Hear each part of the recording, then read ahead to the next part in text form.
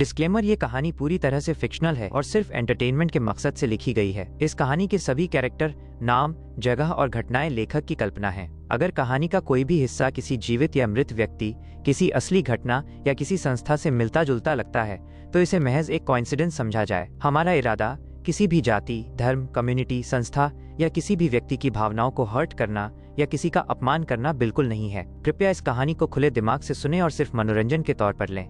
एक ज़रूरी बात, इस कहानी में 18+ कंटेंट या ऑडियो हो सकता है, इसलिए अगर आपकी उम्र 18 साल से कम है तो प्लीज़ इसे सुनने से पहले अपने पेरेंट्स या गार्डियन से परमिशन ज़रूर ले लें। Thank you. Episode 91 blink step. Tip tip tip. Class के बाद किन तियान को फिर से एक अनजान नंबर से मैसेज मिला। वो एक ऐसे कोने में गया जहां कोई नहीं था और मैसेज खोल लिया, और जैसा उसने सोचा था ये लीची ही था जिसने उसे कल्टीवेशन टेक्निक और कुछ निंजुत्सु भेजे थे। लीची जिस कल्टीवेशन टेक्निक को प्रैक्टिस करता था उसका नाम था black sun ninja technique. Black iron level की थी और उसकी शैडो थंडर प्रिजन टेक्निक जितनी अच्छी नहीं थी। बाकी कुछ निंजुत्सु बस ठीक ठाक थे, उन पर टाइम वेस्ट करने का कोई मतलब नहीं था। लेकिन एक निंजुत्सु ने उसका ध्यान खींच लिया। ब्लिंक स्टेप नाम से ही साफ था, ये अचानक स्पीड बढ़ाने वाली टेक्निक थी। सिर्फ एक्सप्लोसिव पावर के मामले में देखा जाए तो ब्लिंक स्टेप उसकी 9-फोल्ड थंडर फ्लैश जितनी स्ट्रांग नहीं थी, लेकिन ब्लिंक स्टेप के पास एक ऐसा एडवांटेज था जिसकी 9-फोल्ड थंडर फ्लैश से तुलना ही नहीं हो सकती थी, और वो था स्टेल्थ। जब 9-फोल्ड थंडर फ्लैश यूज होती है तो पैरों के नीचे बिजली फटती है, दिखने में काफी कूल लगती है लेकिन बहुत शोर भी करती है। जबकि ब्लिंक स्टेप बिल्कुल साइलेंट थी और कम स्पिरिचुअल एनर्जी खर्च करती थी। कुछ खास मोमेंट्स में या छोटे रेंज के अंदर मूव करने के लिए ब्लिंक स्टेप ज्यादा फ्लेक्सिबल थी। ये निंजुत्सु अच्छे से प्रैक्टिस की जा सकती है। किन तियान ने मन ही मन सोचा। नाइट डेमन टैलेंट की वजह से उसकी स्पीड और एक्सप्लोसिव पावर पहले ही बेहद आउटस्टैंडिंग थी। अगर वो 9-फोल्ड थंडर फ्लैश और ब्लिंक स्टेप को साथ में मिक्स कर ले और सिचुएशन के हिसाब से दोनों बॉडी टेक्निक यूज करे तो वो बिल्कुल एक भूत की तरह बन जाएगा।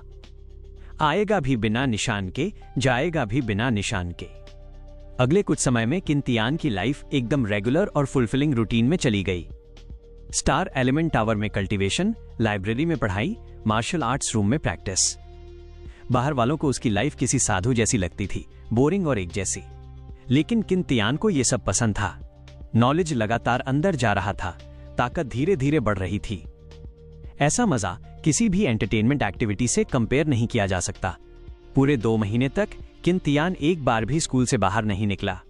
वो इस स्टेट में डूबा हुआ था, खुद को फुल और खुश महसूस कर रहा था। लेकिन कुछ लोग इस वजह से पागल होने के कगार पर थे। कुछ देर बाद क्या वो सच में पूरे 2 महीने स्कूल से बाहर नहीं निकला? वेन चेंगशन को यकीन ही नहीं हो रहा था। इतना यंग, इतना टैलेंटेड और बैकग्राउंड वाला लड़का बाहर की दुनिया का लालच कैसे रोक सकता है? नाइट लाइफ छोड़ो, कम से कम बाहर खाना खाने तो जा सकता था। 2 महीने स्कूल कैंटीन का खाना खाकर थक नहीं गया? बिल्कुल ऐसा ही है। लीची ने जोर से सिर हिलाया। वेन चेंगशन की भौहें कस गईं। इन 2 महीनों में उसने ट्वाइलाइट रीच को लगभग पूरा छान मारा था, लेकिन फिर भी एम्बर नहीं मिला। क्लाउस मर चुका था। अब एम्बर से जुड़ा हुआ सिर्फ एक ही इंसान बचा था, किन तियान। हालांकि उस दिन किन तियान के पास एम्बर नहीं था और वो उसके बाद ट्वाइलाइट रिज गया भी नहीं। फिर भी वेन चेंगशन के दिल में एक अजीब सा एहसास था। उसे लग रहा था कि एम्बर उसी ने लिया है।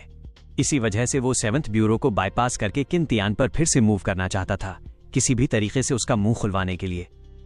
लेकिन किन तियान तो कछुए की तरह स्कूल में घुसा बैठा था। इतना इन्फ्लुएंस होने के बावजूद वो ईगल मिलिट्री एकेडमी पर हमला करके उसे उठा नहीं सकता था। बहुत इरिटेटिंग, सच में बहुत इरिटेटिंग। पिछले महीनों में उसने बहुत ज्यादा खर्च किया लेकिन रिजल्ट 0। उसका पेशेंस खत्म हो रहा था। एक दबा हुआ ज्वालामुखी जो बस फटने वाला था। ठक ठक। तभी दरवाजे पर नॉक हुआ और बाहर से एक रिस्पेक्टफुल आवाज आई। बॉस, अनसरनेम वाला एक गेस्ट आपसे मिलने आया है। मतलब वही होगा। वेन चेंगशन ने लीची को देखा, फिर बोला, तुम पहले शैडो डिवीजन लौट जाओ, किन तियान को लेकर बाद में इंस्ट्रक्शन दूंगा। यस। लीची ने सिर हिलाया और चुपचाप बाहर निकल गया। गेस्ट को अंदर भेजो। यस। कुछ ही देर में एक यंग मैन अंदर आया, काफी रिफाइंड लुक के साथ। वो मुस्कुराया और बोला, यंग मास्टर वेन, रिलिक वाले इंसिडेंट के बाद हम कई महीनों से मिले ही नहीं। रिलिक की बात सुनते ही वेन चेंगशन का गुस्सा अंदर ही अंदर भड़क उठा। उसके चेहरे का एक्सप्रेशन बिगड़ गया, लेकिन वो आदमी स्माइल बनाए रहा। यंग मास्टर वेन, मैंने सुना है आपने ancient giant beast essence blood खो दिया। अन शाओबाई। वेन चेंगशन की आंखें ठंडी पड़ गईं और उसके आसपास बर्फ जैसी ऑरा फैल गई। तुम मुझे मॉक करने आए हो? मॉकिंग? नहीं नहीं, मैं हिम्मत नहीं कर सकता। अन शाओबाई ने हाथ हिलाए। यंग मास्टर वेन, मैं आपकी मदद करने आया हूं। मदद? कैसे मदद करोगे? वेन चेंगशन ने तंज कसते हुए कहा। कोई नया आज्ञाकारी फाइटिंग डॉग पाल के? ये सुनकर अन शाओबाई की आंखों में एक ठंडी चमक आई, लेकिन उसकी स्माइल नहीं हिली। यंग मास्टर वेन, रिलिक से जो बीस्ट एग मिला था, मैंने उसे कल्टीवेट कर लिया है। वो एक बहुत स्पेशल स्पिरिट बीस्ट है।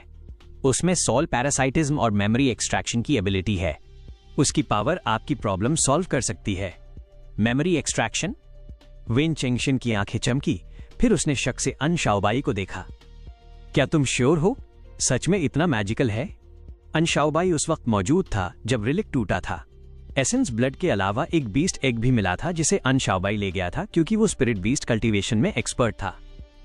वेन चेंगशन को लगा था वो एक बाहर सरवाइव नहीं करेगा, लेकिन अन शाओबाई ने उसे जिंदा कर दिया। ये बंदा सच में जानता है। बिल्कुल, अन शाओबाई ने कहा। मैं आपको धोखा देने की हिम्मत नहीं करूंगा। अगर ऐसा है तो? वेन चेंगशन ने टेबल पर हल्का टैप किया। अगर वो स्पिरिट बीस्ट से किन तियान की मेमोरी निकाल ले तो पता चल जाएगा कि एम्बर सच में उसी के पास है या नहीं। लेकिन फिर भी एक प्रॉब्लम थी। वेन चेंगशन ने परेशान होकर कहा, किन तियान स्कूल में कछुए की तरह बैठा है, कोई मौका ही नहीं मिल रहा। अन शाओबाई मुस्कुराया। यंग मास्टर वेन, मैंने इस बारे में कुछ डिटेल्स सुनी है। आपको लगता है एसेंस ब्लड मेजर किन तियान के हाथ में है? ये सुनते ही वेन चेंगशन ने तुरंत गार्ड उठा लिया। उसने सामने वाले को घूर कर देखा। तुमने मेरे आसपास कोई स्पाई लगाया है?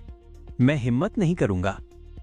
अन शाओबाई ने कहा, असल में आप पिछले 2 महीनों से बहुत ज्यादा हलचल मचा रहे हैं। थोड़ी इंक्वायरी करने पर खबर मिल जाती है। वेन चेंगशन ने लंबी नजर से देखा। हाँ, मुझे शक है एसेंस ब्लड किन तियान के पास है, लेकिन वो अब 7th ब्यूरो के साथ है और ईगल मिलिट्री एकेडमी में छुपा बैठा है। एक्ट करना मुश्किल है। अन शाओबाई हंसा। 7th ब्यूरो सच में परेशानी है, लेकिन संयोग से मेरे पास एक ऐसी इंफॉर्मेशन है जो इस इश्यू को सॉल्व कर सकती है। क्या इंफॉर्मेशन? वेन चेंगशन ने पूछा। अन शाओबाई के होंठ हल्के से ऊपर उठे। 3 दिन पहले 7th ब्यूरो का यान छिंग एज्योर वुड स्टार पर एक इंपॉर्टेंट मीटिंग के लिए गया है। वो पूरी तरह आइसोलेटेड एनवायरनमेंट में है, बाहर कांटेक्ट नहीं कर सकता। यान छिंग। वेन चेंगशन की आंखें सिकुड़ गईं। तो अन शाओबाई की स्माइल और गहरी हो गई।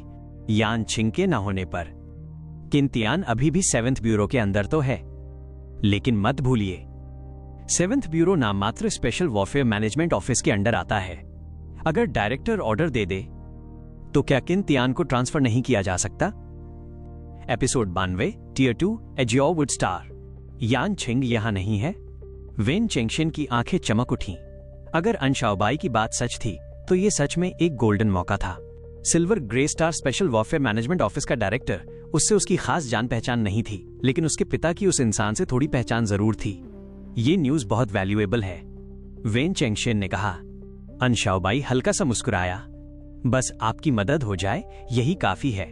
यंग मास्टर वेन, उस स्पिरिट बीस्ट के बॉडी में अभी कुछ डिफेक्ट्स हैं, इसलिए वो फिलहाल इंक्यूबेशन चेंबर से बाहर नहीं निकल सकता। अगर आप किन तियान की मेमोरी निकालना चाहते हैं तो आपको उसे मिस टाउन ट्रांसफर करवाना होगा। Miss town? वेन चेंगशन ने थोड़ा याद किया। मिस टाउन शायद एक टूरिस्ट टाउन था जिसमें हाल ही में कुछ गड़बड़ हुई थी। लग रहा था ये शरारत सामने वाले ने ही की है। ठीक है, मैं ये मैटर हैंडल कर लूंगा। वेन चेंगशन ने सिर हिलाया। ये अच्छा है, लेकिन यंग मास्टर वेन, अन शाओबाई के चेहरे पर हल्की सी झिझक आई। मेरी एक और रिक्वेस्ट है और मैं आपकी हेल्प चाहता हूं। हाँ, तो असल में तुम मेरी मदद नहीं कर रहे बल्कि मेरे साथ डील करना चाहते हो। वेन चेंगशन ने तंज मारा। बताओ क्या चाहिए? अन शाओबाई बिल्कुल भी शर्मिंदा नहीं हुआ। मुझे 2 टन काइमेरा सॉल्यूशन चाहिए। 2 टन? तुम्हारी तो भूख काफी बड़ी है। वेन चेंगशियन ने भौहें सिकोड़ ली। काइमेरा सॉल्यूशन एक स्पेशल न्यूट्रिशन फ्लूइड था जो स्पिरिट बीस्ट को कल्टीवेट करने के लिए यूज होता था। इसका प्रोडक्शन कम और कॉस्ट बहुत ज्यादा थी। 2 टन निकालना उसके लिए भी आसान नहीं था। कोई और रास्ता नहीं है, अन शाओबाई ने समझाया। उस स्पिरिट बीस्ट का जन्म से ही कॉन्स्टिट्यूशन बहुत कमजोर है। उसे जिंदा पाल लेना ही एक मिरेकल है। अब उसकी कमी पूरी करने के लिए काइमेरा सॉल्यूशन जरूरी है। 2 टन। वेन चेंगशियन ने कुछ देर सोचा, फिर सिर हिलाया। ठीक है, मैं तुम्हें 2 टन काइमेरा सॉल्यूशन दिला दूंगा, लेकिन तुम्हें पता लगाना होगा कि ancient giant beast essence blood आखिर गया कहां। फिर उसने आंखें गहरी कर ली। और मैं तुम्हें याद दिला दूं, ये एसेंस ब्लड मेरे लिए बेहद जरूरी है। इससे जुड़ा है कि मेरे पिता आगे एडवांस कर पाएंगे या नहीं। अगर तुमने मेरे साथ कोई चाल चली तो फिर मेरी बेरहमी के लिए तैयार रहना। ये तो तय है, अन शाओबाई ने जल्दी से कहा। अगर मैं सही से काम नहीं कर पाया तो यंग मास्टर वेन मुझे जैसे चाहें वैसे हैंडल कर सकते हैं। मैं शिकायत नहीं करूंगा। तुम्हें ऐसा ही करना चाहिए, वेन चेंगशियन ने ठंडे स्वर में कहा। ठीक है, मैं किन तियान को मिस टाउन ट्रांसफर कराने का इंतजाम करूंगा, लेकिन तुम भी रेडी रहना। अगर यान छिंग वापस आ गया तो फिर किन तियान पर मूव करने की बात भूल जाना। समझ गया, अन शाओबाई ने सिर हिलाया। कुछ मिनट बाद अन शाओबाई वेन फैमिली से निकलकर अपने फ्लाइंग डिवाइस में बैठ गया। डिवाइस अभी स्टार्ट भी नहीं हुआ था कि उसके दिमाग में अचानक एक आवाज गूंजी। क्या वो मान गया? Of course. अन शाओबाई के होंठ ऊपर उठे। ऐसा गिफ्ट कोई कैसे मना कर सकता है? गुड। यान छिंग के बाहर होने से सिल्वर ग्रे स्टार का 7th ब्यूरो अभी लीडरलेस है। अब सबसे बेस्ट टाइम है। किन तियान को पकड़ो और एंशिएंट जाइंट बीस्ट का एसेंस ब्लड ढूंढो। यस। कुछ देर बाद शैडो डिवीजन। लीची मास्क पहनकर एक डिम अंडरग्राउंड पैसेज में चला गया। टनल में हल्की रोशनी थी और दोनों तरफ दीवारों पर लगे लैंप से पीली सी लाइट निकल रही थी। वो एक पत्थर के दरवाजे तक पहुंचा और उस पर हाथ रखा। थोड़ी देर बाद दरवाजा धीरे धीरे खुल गया। सीक्रेट रूम के अंदर अंधेरे में एक परछाई छुपी हुई थी। उसका शरीर और चेहरा पूरी तरह पहचान में नहीं आ रहा था। लीची दोनों घुटनों पर बैठ गया और रिस्पेक्ट से बोला, शैडो मास्टर। शैडो मास्टर ने पलटकर देखा। उसका चेहरा काली धुंध में ढका हुआ था, जैसे उसने कोई ब्लैक मास्क पहन रखा हो। उसकी आंखें तक नजर नहीं आ रही थीं। शैडो मास्टर ने लीची को देखा। कुछ सेकंड बाद उस धुंध के पीछे से एक भारी और घिसी हुई आवाज आई। तुम टियर 4 में ब्रेक थ्रू कर चुके हो? लीची ने सिर झुकाकर जवाब दिया, यस। शैडो मास्टर उसे ऐसे घूर रहा था जैसे उसकी बॉडी के आर पार देख लेना चाहता हो। इस वक्त लीची को नर्वसनेस होने लगी। उसकी पीठ पर ठंडा पसीना आ गया। हालांकि अब वो किन तियान के प्रति लॉयल था, लेकिन शैडो मास्टर हमेशा उसके दिल में एक न हिलने वाला नाइटमेयर रहा था। उसके सामने आते ही वो खुद को रोक नहीं पाया। तुम्हें अपना पिछला टास्क अब करने की जरूरत नहीं, शैडो मास्टर बोला। अब तुम्हारे लिए एक ज्यादा इंपॉर्टेंट टास्क है। यस। लीची के पास मना करने की ताकत नहीं थी। शैडो डिवीजन में शैडो मास्टर ही एब्सोल्यूट रूलर था, डायरेक्टर वेन से भी ज्यादा पावरफुल। कुछ देर बाद eagle military academy, star element tower का 3rd लेवल। कल्टीवेशन रूम में स्पिरिचुअल एनर्जी की वेव्स उफान मार रही थीं। स्पिरिचुअल एबिलिटी फैक्टर्स तेजी से उस आदमी के शरीर में घुस रहे थे जो पालथी मारकर बैठा था। फिर एक मोमेंट पर उसकी बंद आंखें अचानक खुल गईं। लेफ्ट आई में ब्लैक एनर्जी घूम रही थी, राइट आई में पर्पल थंडर चमक रहा था। अगले ही पल वो अजीब सा फिनोमेना गायब हो गया। उसकी आंखें फिर से नॉर्मल और क्लियर हो गईं। टियर 2 में ब्रेक थ्रू के बाद कल्टीवेशन स्पीड स्लो हो गई है। किन तियान खड़ा हुआ और सिर हिलाया। पिछले 2 महीनों में वो लगभग हर 20 दिन में 1 स्टार ऊपर चढ़ रहा था। टियर 1 7 स्टार से लेकर 9 स्टार तक पहुंच गया था और परसों ही उसने स्टार वॉर्टेक्स कंडेंस किया, ऑफिशियली टियर 2 में कदम रख दिया।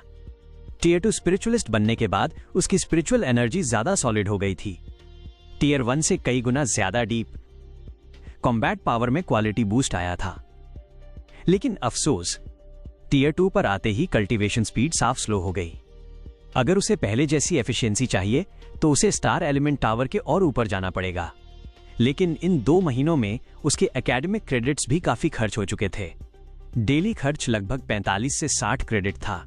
अब उसके पास 600 से भी कम बचे थे। अगर वो 4th या 5th लेवल पर गया तो ये अमाउंट 10 दिन भी नहीं चलेगा। कोई बात नहीं, अभी के लिए 3rd लेवल पर ही काम चला लेता हूं और जब क्रेडिट खत्म होंगे तब कुछ टास्क ढूंढ लूंगा। किन तियान ने मन में सोचा। स्कूल बहुत तरह के टास्क रिलीज करता था, security, inspection, escort, treasure hunting वगैरह। डिफिकल्टी के हिसाब से क्रेडिट रिवॉर्ड मिलता था। बेशक कोई भी टास्क उतना नहीं देता था जितना पिछली बार उसे 3500 क्रेडिट मिले थे। स्टार एलिमेंट टावर से बाहर निकलते वक्त रास्ते में उसकी मुलाकात शियाओ पोंग से हो गई। शियाओ पोंग मुस्कुराते हुए बोला, भाई तियान, समर ब्रेक परसों से है, कोई प्लान है? Summer break? किन तियान थोड़ा शॉक्ड रह गया। वो भूल ही गया था कि स्कूल में समर ब्रेक भी होता है। कोई प्लान नहीं, मैं स्कूल में ही रहूंगा, किन तियान ने कहा। घर नहीं जाओगे? शियाओ पोंग को हैरानी हुई। बहुत दूर है, वापस नहीं जाऊंगा। किन तियान मुस्कुराया, लेकिन उसकी आंखों में हल्की उदासी आ गई। उसका घर बहुत दूर था, इतना दूर कि वो इस जिंदगी में कभी लौट ही नहीं सकता था। ठीक है भाई तियान, अगर टाइम मिले तो हमारे साथ ट्रिप पर चलो। मैं शियोंग गैंग और हुआंग शियाओजिया के साथ एज्योर वुड स्टार जाने का प्लान बना रहा हूं। राउंड ट्रिप सिर्फ आधा महीना लगेगा। Azure wood star. Azure wood star realm का मेन स्टार, डोंगफोंग फैमिली का बेस। ये एक प्लांट किंगडम था जहां पूरी प्लैनेट पर अजीब, रंग बिरंगे और खूबसूरत पौधे फैले हुए थे। हर साल अरबों टूरिस्ट वहां आते थे। प्लैनेट में जबरदस्त वाइटैलिटी आती थी और अनगिनत वेल्थ जनरेट होती थी। किन तियान को सच में इसमें इंटरेस्ट आ गया। उसने सिर हिलाया। ठीक है, मैं सोचूंगा। अगर जाने का डिसाइड किया तो पहले बता दूंगा। ओके भाई तियान, फिर कांटेक्ट में रहेंगे। शियाओ पोंग खुशी से मुस्कुराया और हाथ हिलाकर चला गया। किन तियान वापस डॉर्मेट्री लौटा।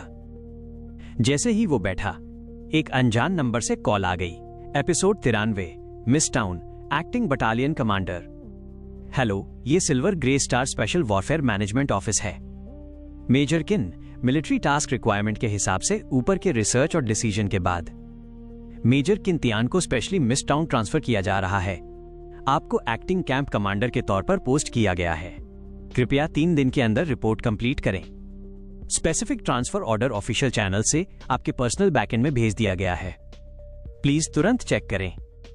कम्युनिकेशन डिवाइस से एक डीप, बिना इमोशन वाली आवाज आई। किन तियान कुछ बोल पाता उससे पहले ही कॉल कट गई। Acting camp commander. किन तियान ने तुरंत मिलिट्री डिपार्टमेंट का ऑफिशियल ऐप खोला और सच में उसके पर्सनल बैकएंड में नया ट्रांसफर ऑर्डर पड़ा था। Special warfare management office, miss town, acting camp commander. किन तियान की भौहें हल्की सिकुड़ गईं। उसे इस पूरे मामले में कुछ अजीब सा लग रहा था। पहली बात, उसकी फाइल 7th ब्यूरो मैनेज करता था।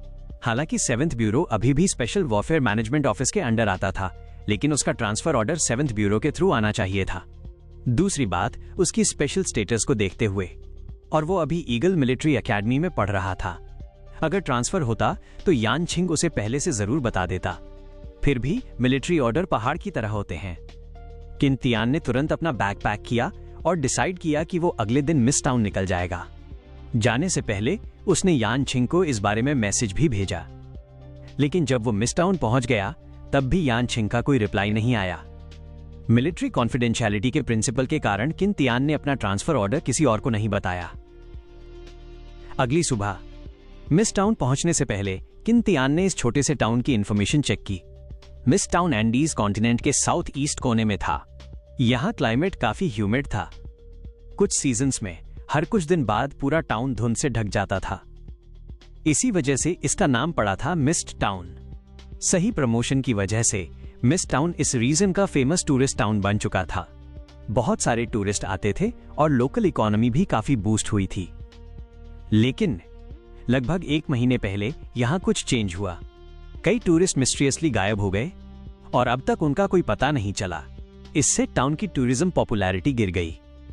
हालांकि ऑनलाइन न्यूज में इसके बारे में ज्यादा रिपोर्ट्स नहीं थीं। किन तियान को लगा उसका ट्रांसफर शायद इसी इंसिडेंट से जुड़ा है। आखिर एक्टिंग कैंप कमांडर का मतलब यही था कि पिछला कमांडर या तो ट्रांसफर हो गया या फिर उसके साथ कुछ हो गया। फ्लाइंग डिवाइस मिस टाउन के हेलीपैड पर लैंड हुआ। किन तियान एक यंग टूरिस्ट की तरह बैकपैक लेकर टाउन की सड़कों पर चल पड़ा। सड़कें बेहद सुनसान थीं। लगभग कोई राहगीर नहीं था। दोनों तरफ की दुकानें भी बहुत कम खुली थीं। और जब किन तियान गुजरता तो शॉप ओनर्स भी उसे बुलाने की कोशिश नहीं करते थे। किन तियान ने घूमते हुए देखा, पूरा टाउन एक हल्की सी मौत जैसी साइलेंस में डूबा था। बिल्कुल भी वाइब्रेंट नहीं लग रहा था। ये उस पुराने टूरिज्म सिटी जैसा नहीं था।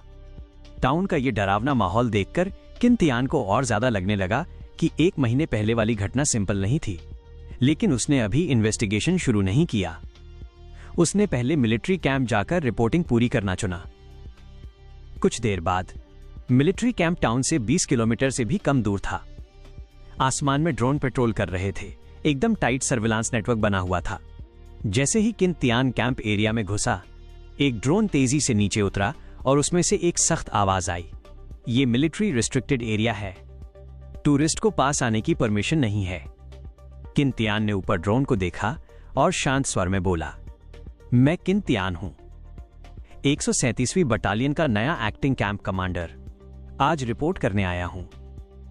ड्रोन वहीं रुका रहा। 3 मिनट के अंदर कई मिलिट्री व्हीकल तेजी से आए और किन तियान से 5 मीटर दूर रुक गए। एक आदमी पैसेंजर सीट से कूदकर उतरा।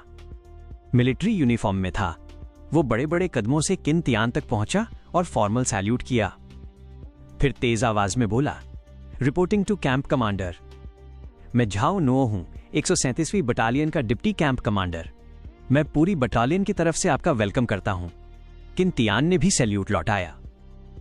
फिर हाथ बढ़ाकर बोला, हेलो कमांडर झाओ। झाओ नुओ ने जल्दी से हाथ मिलाया। उसके चेहरे पर हल्की सी गर्मजोशी थी। हेलो कमांडर किन, मैंने कुछ दिन पहले ऊपर से सुना था कि हमारी बटालियन को एक यंग और प्रॉमिसिंग कमांडर मिलने वाला है, लेकिन आप मेरी सोच से भी ज्यादा यंग हैं। किन तियान हल्का सा मुस्कुराया और झाओ नुओ के पीछे खड़े सैनिकों को देखा। सब यूनिफॉर्म में थे, हथियार लिए हुए, सीधे खड़े थे, एकदम मिलिट्री वाइब। लेकिन उनकी आंखों में अलग अलग इमोशंस थे, क्यूरियोसिटी, इंडिफरेंस, डाउट और थोड़ी दूरी। इतना यंग कमांडर अचानक आ जाए तो जाहिर है उन्हें उसकी बैकग्राउंड और एबिलिटी पर शक होगा। चलो कमांडर झाओ, किन तियान बोला, पहले मैं अपनी रिपोर्टिंग प्रोसीजर पूरी कर लेता हूं। जी प्लीज अंदर आइए। झाओ नुओ खुद ड्राइवर बन गया। किन तियान पैसेंजर सीट पर बैठा। व्हीकल कैंप के अंदर चला गया। अंदर जाते ही किन तियान ने चुपचाप ऑब्जर्व किया। कई बैरक्स एकदम नीट और ऑर्गेनाइज्ड थे। बेस दीवारें सूरज की रोशनी में वार्म और सीरियस लग रही थीं। खिड़कियां चमक रही थीं जैसे छोटे छोटे मिरर। बैरक्स के सामने खुले ग्राउंड में सैनिक फिजिकल ट्रेनिंग कर रहे थे। उनकी दमदार शाउट्स पूरे कैंप में गूंज रही थीं। कमांडर झाओ, किन तियान ने पूछा, हमारी बटालियन में कितने सोल्जर्स हैं? झाओ नुओ बोला, टोटल 835 लोग। किन तियान ने अगला सवाल किया, स्पिरिचुअलिस्ट और सुपर पावर यूजर्स कितने हैं? झाओ नुओ बोला, 10 स्पिरिचुअलिस्ट और 3 super power users, 2 special ops teams. किन तियान ने हल्का सिर हिलाया। क्या वो सब अभी कैंप में हैं? ये सुनते ही झाओ नुओ का एक्सप्रेशन अजीब हो गया, जैसे कुछ बोलना मुश्किल हो। क्या बोलने में इनकन्वीनियंट है? किन तियान ने पूछा। नहीं, ऐसा नहीं है। झाओ नुओ थोड़ी देर रुका, फिर आखिरकार बोला, सच बताऊं तो अभी हमारी बटालियन में सिर्फ 4 स्पिरिचुअलिस्ट बचे हैं। किन तियान की आंखें सख्त हो गईं। बाकी 9 कहां हैं? झाओ नुओ ने लंबी सांस ली। सब मिसिंग हैं। मिसिंग, फिर से मिसिंग। किन तियान की नजर तेज हो गई। टूरिस्ट मिसिंग, कैंप के एक्स्ट्रा ऑर्डिनरी लोग मिसिंग। इस छोटे से मिस्ट टाउन में आखिर कितने सीक्रेट छुपे हैं? और स्पेशल वॉरफेयर मैनेजमेंट ऑफिस ने उसे, एक ऐसे मेजर को जिसे मैनेजमेंट का एक्सपीरियंस नहीं था, इतनी जल्दी में यहां कमांडर क्यों बना दिया? किन तियान ने पूछा। ऊपर वालों ने मिसिंग लोगों पर क्या रिस्पॉन्स दिया? झाओ नुओ के टोन में गुस्सा आ गया। ऊपर वालों ने कहा था कि हम अपनी जगह रहें, वो लोग इन्वेस्टिगेशन के लिए टीम भेजेंगे, लेकिन 1 महीने से ज्यादा हो गया, अब तक कोई खबर नहीं। पता नहीं वो लोग क्या कर रहे हैं। फिर उसे याद आया कि कमांडर के सामने ऐसे कंप्लेन नहीं करनी चाहिए। वो जल्दी से बोला, कमांडर किन, मेरा कोई डिसरिस्पेक्ट नहीं था, मैं बस एंजाइटी में हूं। जो 9 लोग मिसिंग हैं वो मेरे कॉमरेड्स हैं, मेरे भाई हैं, और हमारे पुराने कैंप कमांडर भी उन्हीं में थे। आप समझ सकते हैं, कमांडर ही मिसिंग हो जाए तो मैं डिप्टी होकर कैसे शांत रहूं? किन तियान ने उसे देखा, फिर सोचते हुए बोला, हां, तुम जरूर बेचैन होगे। कुछ देर बाद झाओ नुओ किन तियान को पर्सनल डिपार्टमेंट ले गया। वहां कई तरह की प्रोसीजर पूरी हुई और इसी के साथ किन तियान ऑफिशियली मिस टाउन में 137वीं बटालियन का एक्टिंग कैंप कमांडर बन गया। एपिसोड 94, धुंधली यादें। कैंप कमांडर किन, ये आपका ऑफिस है, सब कुछ आपके लिए अच्छे से अरेंज कर दिया गया है, थैंक यू। किन तियान कैंप कमांडर के ऑफिस में अंदर आया। साफ दिख रहा था कि पहले से क्लीनिंग हो चुकी थी, खिड़कियां चमक रही थीं, डेस्क बिल्कुल स्पॉटलेस था और सारी चीजें नीट तरीके से रखी हुई थीं। कैंप कमांडर किन, मैं आपके लिए 1 कप चाय बना देता हूं। झाओ नो ने अलमारी से चाय की पत्ती का पैकेट निकाला और बड़ी स्किल से चाय बना दी। कैंप कमांडर झाओ, मैं अभी अभी आया हूं और बटालियन 137 की सिचुएशन अच्छे से समझना चाहता हूं, प्लीज मुझे थोड़ा इंट्रो दे दीजिए। किन तियान ने चाय की एक सिप ली। स्वाद थोड़ा कड़वा था, लेकिन आखिर में हल्की सी मिठास थी और खुशबू भी काफी फ्रेश थी। Okay tilde. झाओ नो ने सिर हिलाया। बटालियन 137 सिल्वर ग्रे स्टार की 45वीं लीजन का हिस्सा है और कई दशकों से मिस टाउन में तैनात है। सिल्वर ग्रे स्टार में 100 साल से भी ज्यादा समय से कोई लड़ाई नहीं हुई, तो अलग अलग जगहों पर तैनात सैनिकों का काम भी ज्यादा भारी नहीं रहता। ज्यादातर डेली रूटीन में ट्रेनिंग ही होती है। मिस टाउन एक टूरिस्ट टाउन है जहां हर साल बहुत सारे लोग घूमने आते हैं। यहाँ अक्सर धुंध रहती है तो बच्चों के खो जाने या भीड़ में क्राइम जैसी घटनाएं भी हो जाती हैं। बटालियन 137 का मिशन है लोकल स्टेबिलिटी बनाए रखना और जरूरत पड़ने पर पुलिस जैसी एजेंसियों की मदद करना। पिछले कुछ सालों में मिस टाउन का टूरिज्म बहुत तेजी से बढ़ा, लोकल इकोनॉमी मजबूत हुई, लोगों की लाइफ बेहतर हुई और बटालियन 137 को अपने आप को इस शहर का गार्डियन मानकर प्राउड फील होता था। लेकिन किसी ने नहीं सोचा था कि 1 महीने पहले एक ऐसी घटना होगी जो पूरे मिस टाउन को हिला देगी। ये सब एक बिल्कुल नॉर्मल धुंध वाले दिन हुआ जब पूरा शहर कोहरे में ढका हुआ था। टूरिस्ट होटल और गेस्ट हाउस से बाहर निकल रहे थे, हाथों में कैमरे थे और सब उस पोएटिक फॉग वाली फीलिंग में फोटो क्लिक कर रहे थे। सब कुछ बिल्कुल नॉर्मल लग रहा था, लेकिन जब धुंध हट गई तो लोकल अथॉरिटीज और पुलिस को लोगों से रिपोर्ट मिलने लगी कि 40 से ज्यादा टूरिस्ट और 20 से ज्यादा लोकल लोग गायब हो गए हैं। ये खबर सुनते ही पूरा शहर इमरजेंसी मोड में चला गया। सरकारी स्टाफ को तुरंत एक्टिव किया गया और बटालियन 137 ने भी सैनिकों और ड्रोन स्वॉर्म्स को बड़े लेवल पर सर्च के लिए भेजा। लेकिन रिजल्ट 0। गायब लोग जैसे हवा में घुल गए हों। किसी को नहीं पता वो कैसे गायब हुए और कहां चले गए। 60 से ज्यादा लोगों का गायब होना कोई छोटी बात नहीं थी। मिस टाउन की गवर्नमेंट ने तुरंत इसे ऊपर रिपोर्ट किया। बटालियन 137 को भी ये मामला बहुत अजीब लगा और उन्होंने फौरन 45वीं लीजन को जानकारी दी। लीजन का जवाब आया कि ये एक स्पेशल लोकल केस है और प्रिंसिपल तौर पर यह मिलिट्री डिपार्टमेंट का मामला नहीं है।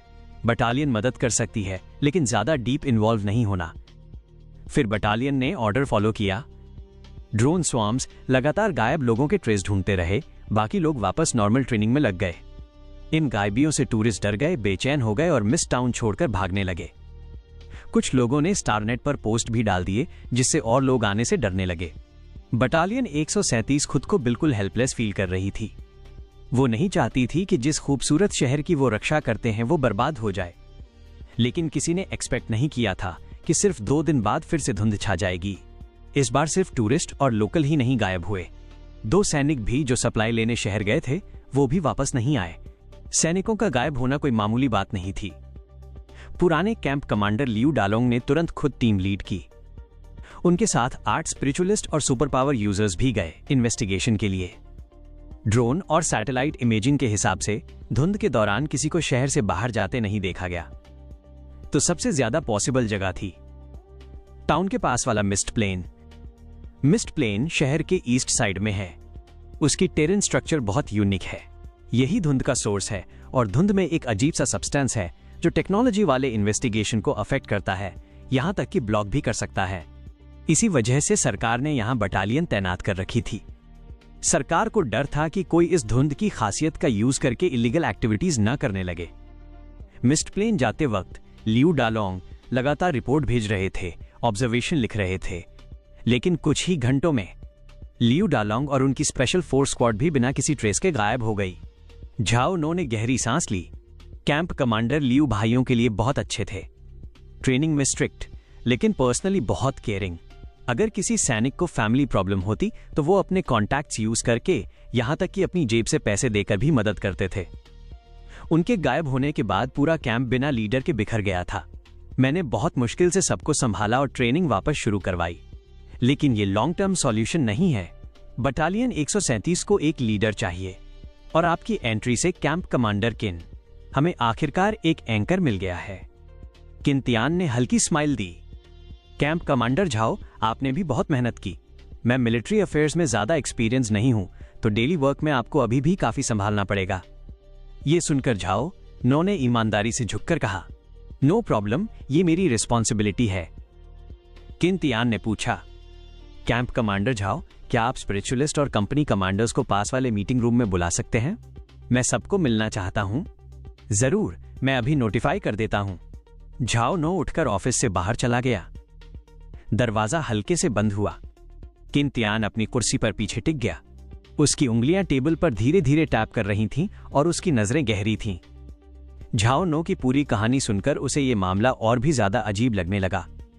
2 बार धुंध आई और 100 से ज्यादा लोग गायब हो गए, यहां तक कि एक कैंप कमांडर भी। फिर भी 1 महीने से ज्यादा हो गया। ना मिलिट्री ने, ना किसी और डिपार्टमेंट ने कोई डीप इन्वेस्टिगेशन टीम भेजी, और ऑनलाइन भी मिस टाउन के बारे में बहुत कम इंफॉर्मेशन है।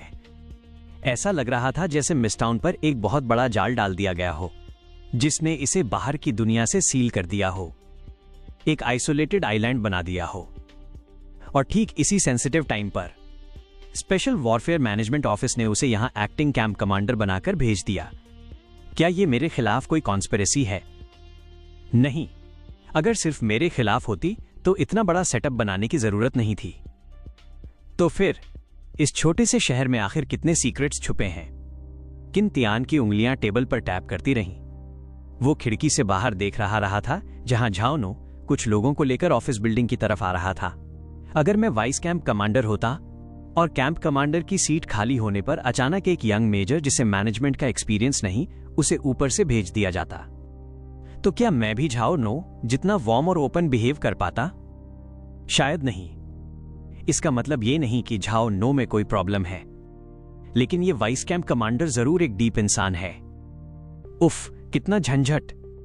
किंतियान ने हल्की सांस छोड़ी। वो ऐसा इंसान था जिसे ट्रबल पसंद नहीं था। कॉम्प्लेक्स रिलेशनशिप से डील करना उसे बिल्कुल अच्छा नहीं लगता था। पहले चाहे अर्थ ड्रैगन टीम हो या स्पेशल वॉरफेयर स्क्वाड, सब लोग स्ट्रेट फॉरवर्ड थे और उसे सब आराम से लगता था। लेकिन अब उसे एक मास्क पहनकर ऐसे लोगों के बीच रहना होगा जो उसके बारे में अलग अलग राय रखते होंगे, और उसे हर पल अलर्ट रहना होगा ताकि वो अगला लियू डालोंग न बन जाए। एपिसोड 95, अधीनस्थ और उकसावा। कॉन्फ्रेंस रूम के अंदर सब लोग, ये हमारे 137वें बटालियन के नए कमांडर हैं, कैंप कमांडर किंतियान। झाओ नो ने जोश से कहा, चलिए कैंप कमांडर किन का वार्म वेलकम करते हैं, तालियां बजाइए। Clap clap. रूम में बहुत हल्की सी तालियां गूंजी। किंतियान ने चारों तरफ नजर डाली। झाओ नो के पीछे 4 कंपनी कमांडर और 3 स्पिरिचुअलिस्ट खड़े थे। सब मजबूत शरीर वाले आदमी, मिलिट्री यूनिफॉर्म में। ना कोई एक्साइटमेंट, ना कोई विरोध, बस बहुत सीरियस और मशीन की तरह ताली बजा रहे थे। कैंप कमांडर किन, मैं आपको सबका इंट्रो करा देता हूं। झाओ नो ने एक एक करके बताया। ये हैं गो योंग, फर्स्ट कंपनी के commander, Jin Wujie, second company के commander, Xing Yilei, third company के commander, Stone Lin, fourth company के कमांडर। ये Zhongyi, tier 2 5 star spiritualist, master Liu Ching, tier 3 6 star spiritualist, और Tu Changsong, tier 3 7 star spiritualist. Qintian ने सिर हिलाया और बोला, हेलो एवरीवन, आप सबसे मिलकर अच्छा लगा। कैंप कमांडर किन, तभी तो चांगसोंग, जो लगभग 1 मीटर 90 से भी लंबा था और चेहरे पर घनी दाढ़ी थी, अचानक बोल पड़ा, कैंप कमांडर किन, क्या मैं पूछ सकता हूं, आप स्पिरिचुअलिस्ट हैं? किंतियान ने शांत होकर जवाब दिया, हाँ। तो फिर आप किस टियर के स्पिरिचुअलिस्ट हैं? तो चांगसोंग ने आगे पूछा। किंतियान ने बिल्कुल आराम से कहा, टियर 2 1 स्टार। Tier 2 1 star? ये सुनते ही वहां मौजूद कई लोगों की आंखों में शॉक दिख गया। कुछ के चेहरे पर तो साफ लिखा था कि वो क्या सोच रहे हैं। टियर 2 1 स्टार, ये तो यहां सबसे कमजोर, ये झोंगी से भी कमजोर है। ऐसा इंसान हमारी 137वीं बटालियन का कमांडर बना दिया गया। ये किसका यंग मास्टर है जो यहां बस नाम कमाने आया है? पूरे silver grey star military department में इससे कमजोर कमांडर शायद ही कोई होगा।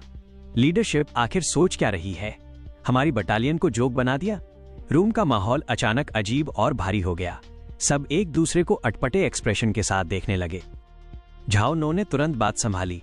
सब लोग, स्पिरिचुअल लेवल ही पूरी ताकत नहीं होता, और एक लीडर को सिर्फ स्ट्रांग होना जरूरी नहीं, उसे ओवरऑल क्वालिटी चाहिए। उसने तो चांगसोंग को घूर कर देखा, जैसे बोल रहा हो कि ये गलत बोल दिया।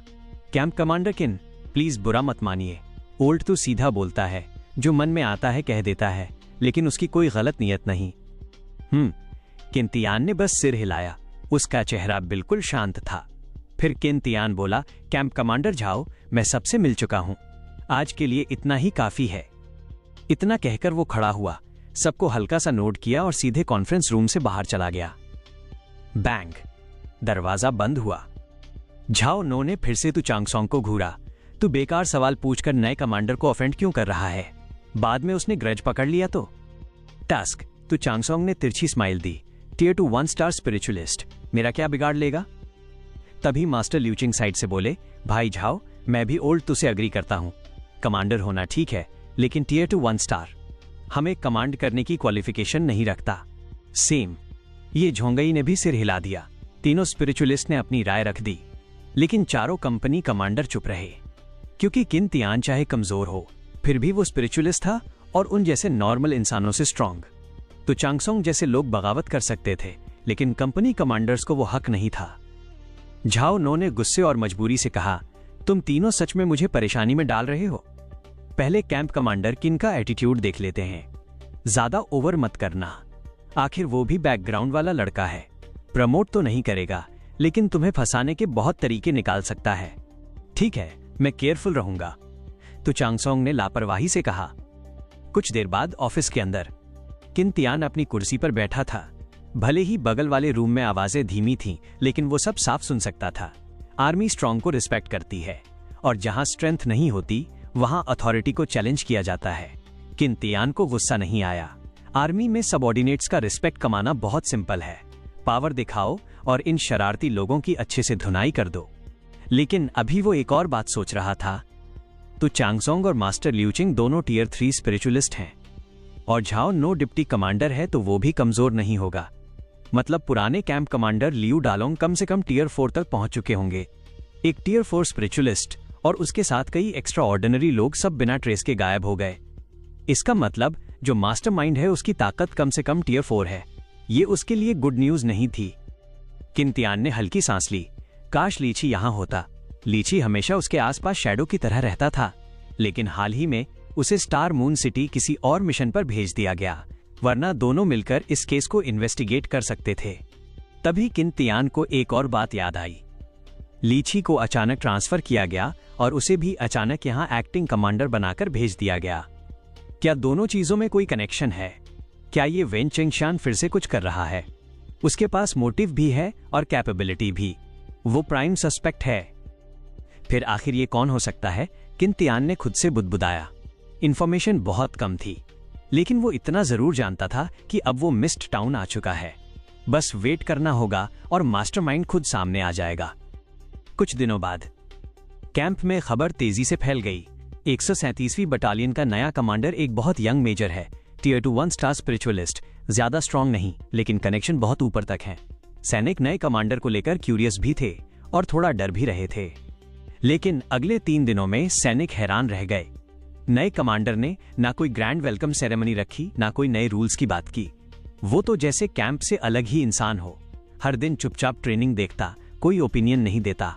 धीरे धीरे सैनिक और ऑफिसर्स और भी कंफ्यूज हो गए। ये नया कमांडर आखिर चाहता क्या है? क्या उसे मिलिट्री अफेयर्स में इंटरेस्ट ही नहीं, या फिर वो किसी बड़े मूव की तैयारी कर रहा है? Episode 96 field training. अगली सुबह, कैंप कमांडर, आज हमारी बटालियन टाउन में ड्रिल के लिए जा रही है, क्या आप भी चलेंगे? झाओ नो स्माइल के साथ किन तियान के ऑफिस में आया। ड्रिल किस तरह की? किन तियान ने पूछा। झाओ नो ने समझाया, बस टाउन में जाकर थोड़ी जॉगिंग और ड्रिल। पहले टाउन में पैनिक था। कमांडर लियू का कहना था कि हमें ज्यादा बार टाउन में दिखना चाहिए ताकि सिविलियंस को लगे कि हम उन्हें प्रोटेक्ट कर रहे हैं। समझ गया। किन तियान ने सिर हिलाया। ठीक है, मैं भी थोड़ी देर में ज्वाइन कर लूंगा। कुछ ही देर बाद 137वीं बटालियन मूव में थी। किन तियान और झाओ नो दोनों अपनी अपनी टीम लीड करते हुए मिस टाउन की तरफ दौड़ पड़े। रास्ते में सैनिकों के कदम एकदम तालमेल में थे। उनके नारे ऊंचे और दमदार थे। टाउन पहुंचते ही दोनों कंपनियां अलग अलग रूट पर पेट्रोल करने लगीं। दमदार आवाजें लहरों की तरह पूरे टाउन में गूंजने लगीं। टाउन के लोग भागते कदम रोककर उन्हें देखने लगे। खिड़कियां खुल गईं और सबकी नजरें उन्हीं पर थीं। किन तियान फॉर्मेशन के साइड में खड़ा था। उसे महसूस हो रहा था कि लोग आर्मी को कितनी रिस्पेक्ट देते हैं। तभी जैसे ही कंपनी एक मोड़ पर पहुंची, पास से अचानक गुस्से भरी आवाज आई। अरे छोटी चुड़ैल, मैंने कहा ना मैं नहीं खरीद रहा, फिर भी पीछे पड़ी है। स्मैक, एक जोरदार थप्पड़ की आवाज गूंजी। सैनिकों ने मुड़कर देखा और उनका खून खौल उठा। एक 7-8 साल की छोटी लड़की जमीन पर पड़ी थी। उसके फूलों की टोकरी बिखरी हुई थी। उसके सामने एक लंबे बालों वाला आदमी खड़ा था और उसके साथ एक चमकीली सी औरत थी। ये थप्पड़ सबक है, फिर परेशान किया तो अंजाम बुरा होगा, वो आदमी चिल्लाया। ये देखते ही सैनिकों का गुस्सा फूट पड़ा। अबे, ये क्या कर रहा है? सैनिक तुरंत उस आदमी को घेरने लगे। 2 सैनिक लड़की को उठाने में मदद करने लगे। लड़की का चेहरा लाल था और होंठ से खून निकल रहा था। हरामजादे, छोटी बच्ची को मारता है, एक भारी भरकम सैनिक गुस्से से चिल्लाया। घिर जाने पर भी वो आदमी डरा नहीं, उल्टा बदतमीजी से बोला, ये लड़की मुझे फूल बेच रही थी, मैंने मना किया फिर भी पीछे पड़ गई। ये थप्पड़ उसे सिखाने के लिए था। ये सुनकर सैनिक और भड़क गए। तभी लंबे बालों वाला आदमी ठंडी हंसी हंस पड़ा। क्या अब आर्मी लोगों को मारने लगी? और वैसे भी तुम मेरा क्या बिगाड़ लोगे? इतना बोलते ही उसके शरीर से एक पावरफुल ऑरा फूट पड़ा। उसके पैरों के पास बर्फ के क्रिस्टल फैलने लगे। स्पिरिचुअलिस्ट, सैनिक शॉक्ड होकर पीछे हट गए। लंबे बालों वाला आदमी आराम से बोला, मैं टियर 3 स्पिरिचुअलिस्ट हूं, मैंने बस उस लड़की को सबक दिया। अगर मैं फुल पावर यूज करता तो ये अब तक बचती नहीं। सैनिकों का गुस्सा आसमान पर था, लेकिन सामने वाला स्पिरिचुअलिस्ट था, इसलिए कोई आगे नहीं बढ़ पाया।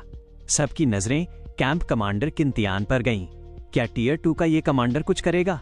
सबकी नजरों के बीच किन तियान आगे बढ़ा। उसने झुककर लड़की की चोट चेक की। चेहरा सूजा था, पर चोट जानलेवा नहीं थी। किन तियान खड़ा हुआ और शांत नजरों से उस आदमी को देखा। माफी मांगो और हर्जाना दो। लंबे बालों वाला आदमी हंसा, हर्जाना दे दूंगा, लेकिन माफी कभी नहीं। किन तियान की आंखों में डार्क चमक आई। फिर बात खत्म। अगले ही पल किन तियान का शरीर एक परछाई की तरह गायब हुआ। Blink step. डार्क एनर्जी से ढका हुआ मुक्का सीधे उस आदमी की छाती की तरफ बढ़ा। लंबे बालों वाले आदमी ने भी तुरंत हाथ पर बर्फ के ग्लव्स जमाए और पंच मारा। बैम। दोनों मुक्के टकराए। बर्फ के टुकड़े हवा में बिखर गए। भयानक ताकत के कारण उस आदमी को पीछे हटना पड़ा। वो शॉक्ड था कि एक टियर 2 वाले में इतनी पावर कैसे है। किन तियान रुका नहीं। वो फिर से एक आफ्टर इमेज की तरह मूव हुआ और दूसरा पंच बिजली की तरह उस आदमी की छाती पर मारा। बैम। उसका शरीर पीछे उड़कर दीवार से जा टकराया। दीवार कांप गई और वो आदमी खून की उल्टी करने लगा। सैनिकों की आंखें चौड़ी हो गईं। उनके नए कमांडर ने सिर्फ 2 पंचों में एक टियर 3 स्पिरिचुअलिस्ट की हालत खराब कर दी थी। क्या आप चाहते हैं कि मैं इस कहानी का अगला हिस्सा पेश करूं? एपिसोड 95, अधीनस्थ और उकसावा। कॉन्फ्रेंस रूम के अंदर सब लोग, ये हमारे 137वें बटालियन के नए कमांडर हैं, कैंप कमांडर किन तियान। झाओ नो ने जोश से कहा, चलिए कैंप कमांडर किन का वार्म वेलकम करते हैं, तालियां बजाइए। Clap clap. रूम में बहुत हल्की सी तालियां गूंजी। किन तियान ने चारों तरफ नजर डाली। झाओ नो के पीछे 4 कंपनी कमांडर और 3 स्पिरिचुअलिस्ट खड़े थे। सब मजबूत शरीर वाले आदमी, मिलिट्री यूनिफॉर्म में। ना कोई एक्साइटमेंट, ना कोई विरोध, बस बहुत सीरियस और मशीन की तरह ताली बजा रहे थे। कैंप कमांडर किन, मैं आपको सबका इंट्रो करा देता हूं। झाओ नो ने एक एक करके बताया। ये हैं गो योंग, फर्स्ट कंपनी के commander. Jin Wujie, second company के commander. Xing Yilei 3rd company के commander, Stone Lin 4th company के कमांडर। ये Zhongyi tier 2 5 star spiritualist, master Liu Ching tier 3 6 star spiritualist और Tu Changsong tier 3 7 star spiritualist. Qin Tian ने सिर हिलाया और बोला, हेलो एवरीवन, आप सबसे मिलकर अच्छा लगा। कैंप कमांडर किन। तभी तो चांगसोंग, जो लगभग 1 मीटर 90 से भी लंबा था और चेहरे पर घनी दाढ़ी थी, अचानक बोल पड़ा, कैंप कमांडर किन, क्या मैं पूछ सकता हूं, आप स्पिरिचुअलिस्ट हैं? किन तियान ने शांत होकर जवाब दिया, हाँ। तो फिर आप किस टियर के स्पिरिचुअलिस्ट हैं? तो चांगसोंग ने आगे पूछा। किन तियान ने बिल्कुल आराम से कहा, टियर 2 1 स्टार। Tier 2 1 star? ये सुनते ही वहां मौजूद कई लोगों की आंखों में शॉक दिख गया। कुछ के चेहरे पर तो साफ लिखा था कि वो क्या सोच रहे हैं। Tier 2 1 star? ये तो यहां सबसे कमजोर ये झोंगी से भी कमजोर है। ऐसा इंसान हमारी 137वीं बटालियन का कमांडर बना दिया गया। ये किसका यंग मास्टर है जो यहां बस नाम कमाने आया है? पूरे silver grey star military department में इससे कमजोर कमांडर शायद ही कोई होगा। लीडरशिप आखिर सोच क्या रही है? हमारी बटालियन को जोक बना दिया। रूम का माहौल अचानक अजीब और भारी हो गया। सब एक दूसरे को अटपटे एक्सप्रेशन के साथ देखने लगे। झाओ नो ने तुरंत बात संभाली, सब लोग, स्पिरिचुअल लेवल ही पूरी ताकत नहीं होता और एक लीडर को सिर्फ स्ट्रांग होना जरूरी नहीं, उसे ओवरऑल क्वालिटी चाहिए। उसने तो चांगसोंग को घूर कर देखा, जैसे बोल रहा हो कि ये गलत बोल दिया। कैंप कमांडर किन, प्लीज बुरा मत मानिए। ओल्ड तो सीधा बोलता है, जो मन में आता है कह देता है, लेकिन उसकी कोई गलत नीयत नहीं। किन तियान ने बस सिर हिलाया, उसका चेहरा बिल्कुल शांत था। फिर किन तियान बोला, कैंप कमांडर झाओ, मैं सबसे मिल चुका हूं, आज के लिए इतना ही काफी है।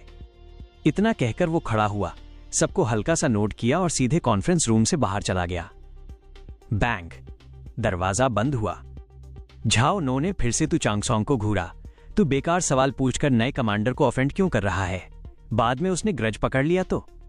टास्क, तू चांगसोंग ने तिरछी स्माइल दी, टियर 2 1 स्टार स्पिरिचुअलिस्ट, मेरा क्या बिगाड़ लेगा? तभी मास्टर ल्यूचिंग साइड से बोले, भाई झाओ, मैं भी ओल्ड तू से अग्री करता हूं। कमांडर होना ठीक है, लेकिन टियर 2 1 स्टार हमें कमांड करने की क्वालिफिकेशन नहीं रखता। सेम। ये झोंगई ने भी सिर हिला दिया। तीनों स्पिरिचुअलिस्ट ने अपनी राय रख दी, लेकिन चारों कंपनी कमांडर चुप रहे, क्योंकि किन तियान चाहे कमजोर हो, फिर भी वो स्पिरिचुअलिस्ट था और उन जैसे नॉर्मल इंसानों से स्ट्रांग। तो चांगसोंग जैसे लोग बगावत कर सकते थे, लेकिन कंपनी कमांडर्स को वो हक नहीं था।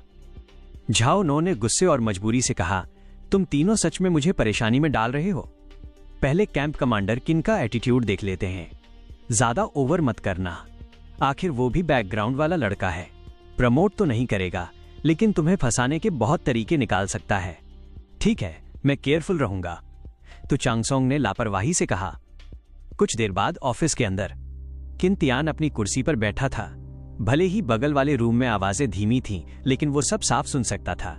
आर्मी स्ट्रांग को रिस्पेक्ट करती है और जहां स्ट्रेंथ नहीं होती वहां अथॉरिटी को चैलेंज किया जाता है। किन तियान को गुस्सा नहीं आया। आर्मी में सबऑर्डिनेट्स का रिस्पेक्ट कमाना बहुत सिंपल है, पावर दिखाओ और इन शरारती लोगों की अच्छे से धुनाई कर दो। लेकिन अभी वो एक और बात सोच रहा था। तो चांगसोंग और मास्टर ल्यूचिंग दोनों टियर 3 स्पिरिचुअलिस्ट हैं और झाओ नो डिप्टी कमांडर है, तो वो भी कमजोर नहीं होगा। मतलब पुराने कैंप कमांडर लियू डालोंग कम से कम टियर 4 तक पहुंच चुके होंगे। एक टियर 4 स्पिरिचुअलिस्ट और उसके साथ कई एक्स्ट्रा ऑर्डिनरी लोग सब बिना ट्रेस के गायब हो गए। इसका मतलब जो मास्टरमाइंड है उसकी ताकत कम से कम टियर 4 है। ये उसके लिए गुड न्यूज नहीं थी। किन तियान ने हल्की सांस ली। काश लीची यहां होता। लीची हमेशा उसके आसपास शैडो की तरह रहता था, लेकिन हाल ही में उसे स्टार मून सिटी किसी और मिशन पर भेज दिया गया, वरना दोनों मिलकर इस केस को इन्वेस्टिगेट कर सकते थे। तभी किन तियान को एक और बात याद आई। लीची को अचानक ट्रांसफर किया गया और उसे भी अचानक यहां एक्टिंग कमांडर बनाकर भेज दिया गया। क्या दोनों चीजों में कोई कनेक्शन है? क्या ये वेन चिंगशान फिर से कुछ कर रहा है? उसके पास मोटिव भी है और कैपेबिलिटी भी। वो प्राइम सस्पेक्ट है। फिर आखिर ये कौन हो सकता है? किन तियान ने खुद से बुदबुदाया।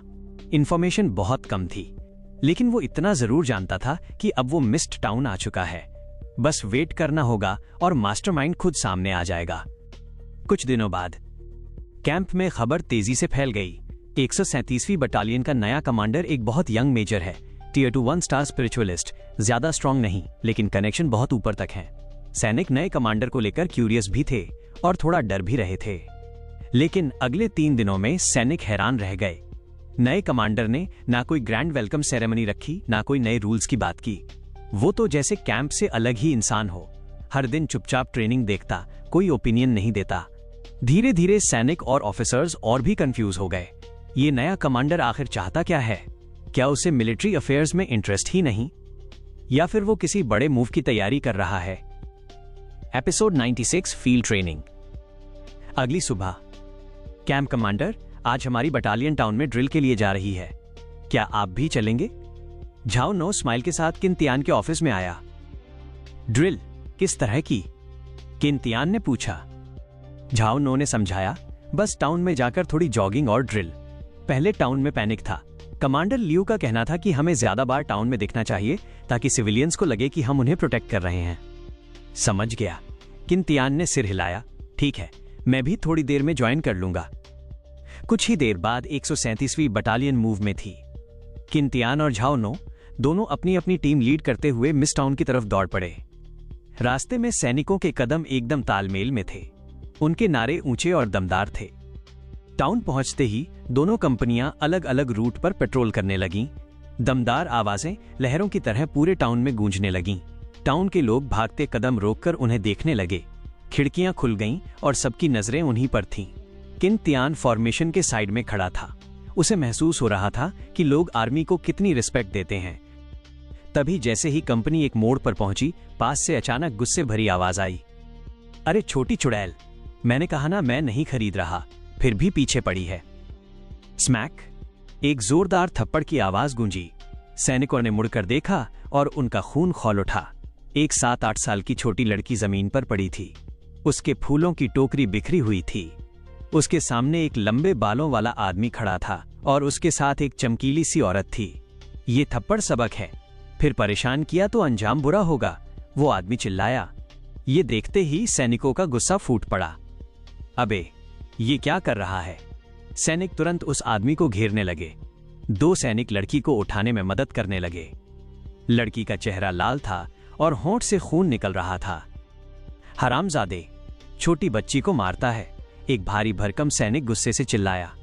घिर जाने पर भी वो आदमी डरा नहीं, उल्टा बदतमीजी से बोला, ये लड़की मुझे फूल बेच रही थी, मैंने मना किया, फिर भी पीछे पड़ गई। ये थप्पड़ उसे सिखाने के लिए था। ये सुनकर सैनिक और भड़क गए। तभी लंबे बालों वाला आदमी ठंडी हंसी हंस पड़ा। क्या अब आर्मी लोगों को मारने लगी? और वैसे भी तुम मेरा क्या बिगाड़ लोगे? इतना बोलते ही उसके शरीर से एक पावरफुल ऑरा फूट पड़ा। उसके पैरों के पास बर्फ के क्रिस्टल फैलने लगे। स्पिरिचुअलिस्ट।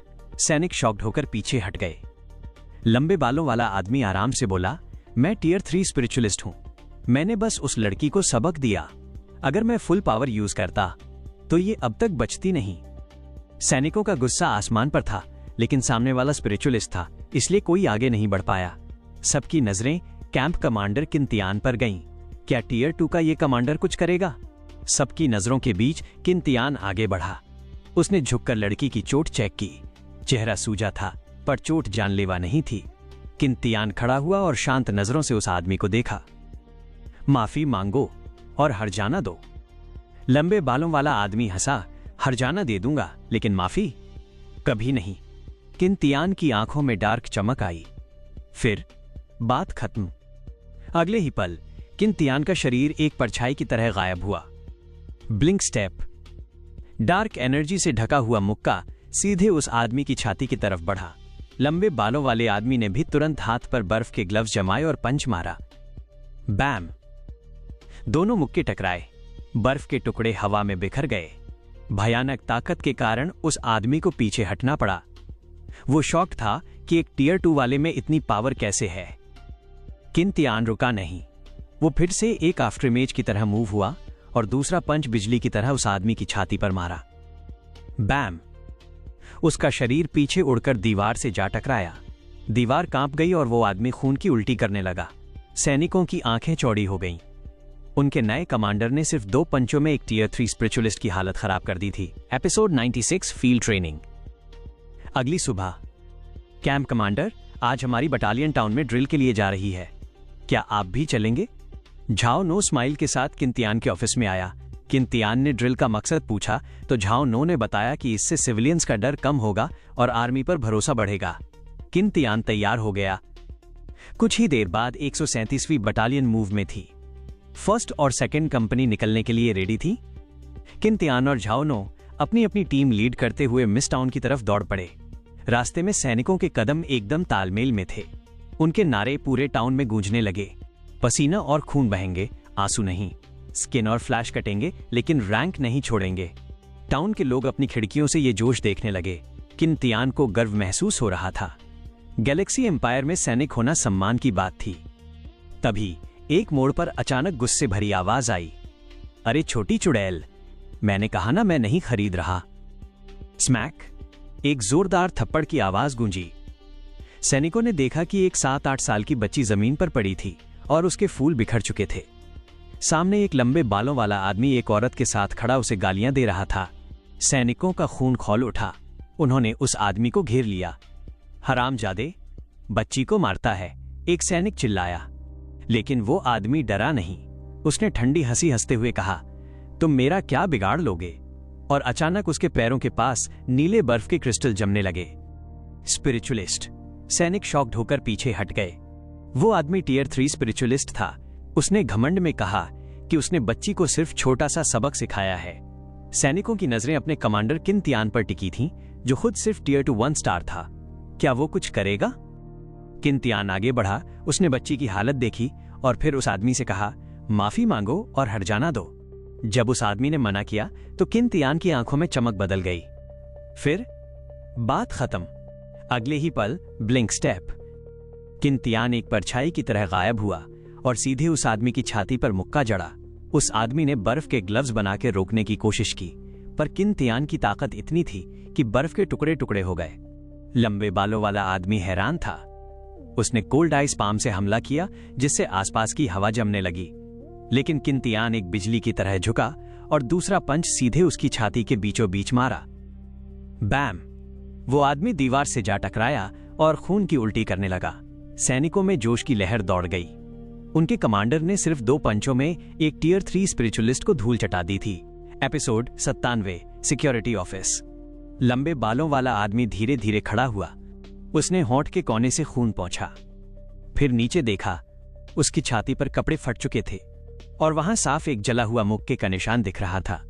वो दांत पीसते हुए बुदबुदाया, स्पिरिचुअल एनर्जी ज्यादा स्ट्रांग नहीं है, लेकिन इसकी बॉडी टेक्निक और एक्सप्लोसिव पावर डरावनी है। उसने जल्दी से अपनी स्पिरिचुअल एनर्जी घुमाई, अंदर का बिगड़ा हुआ खून और QE कंट्रोल किया।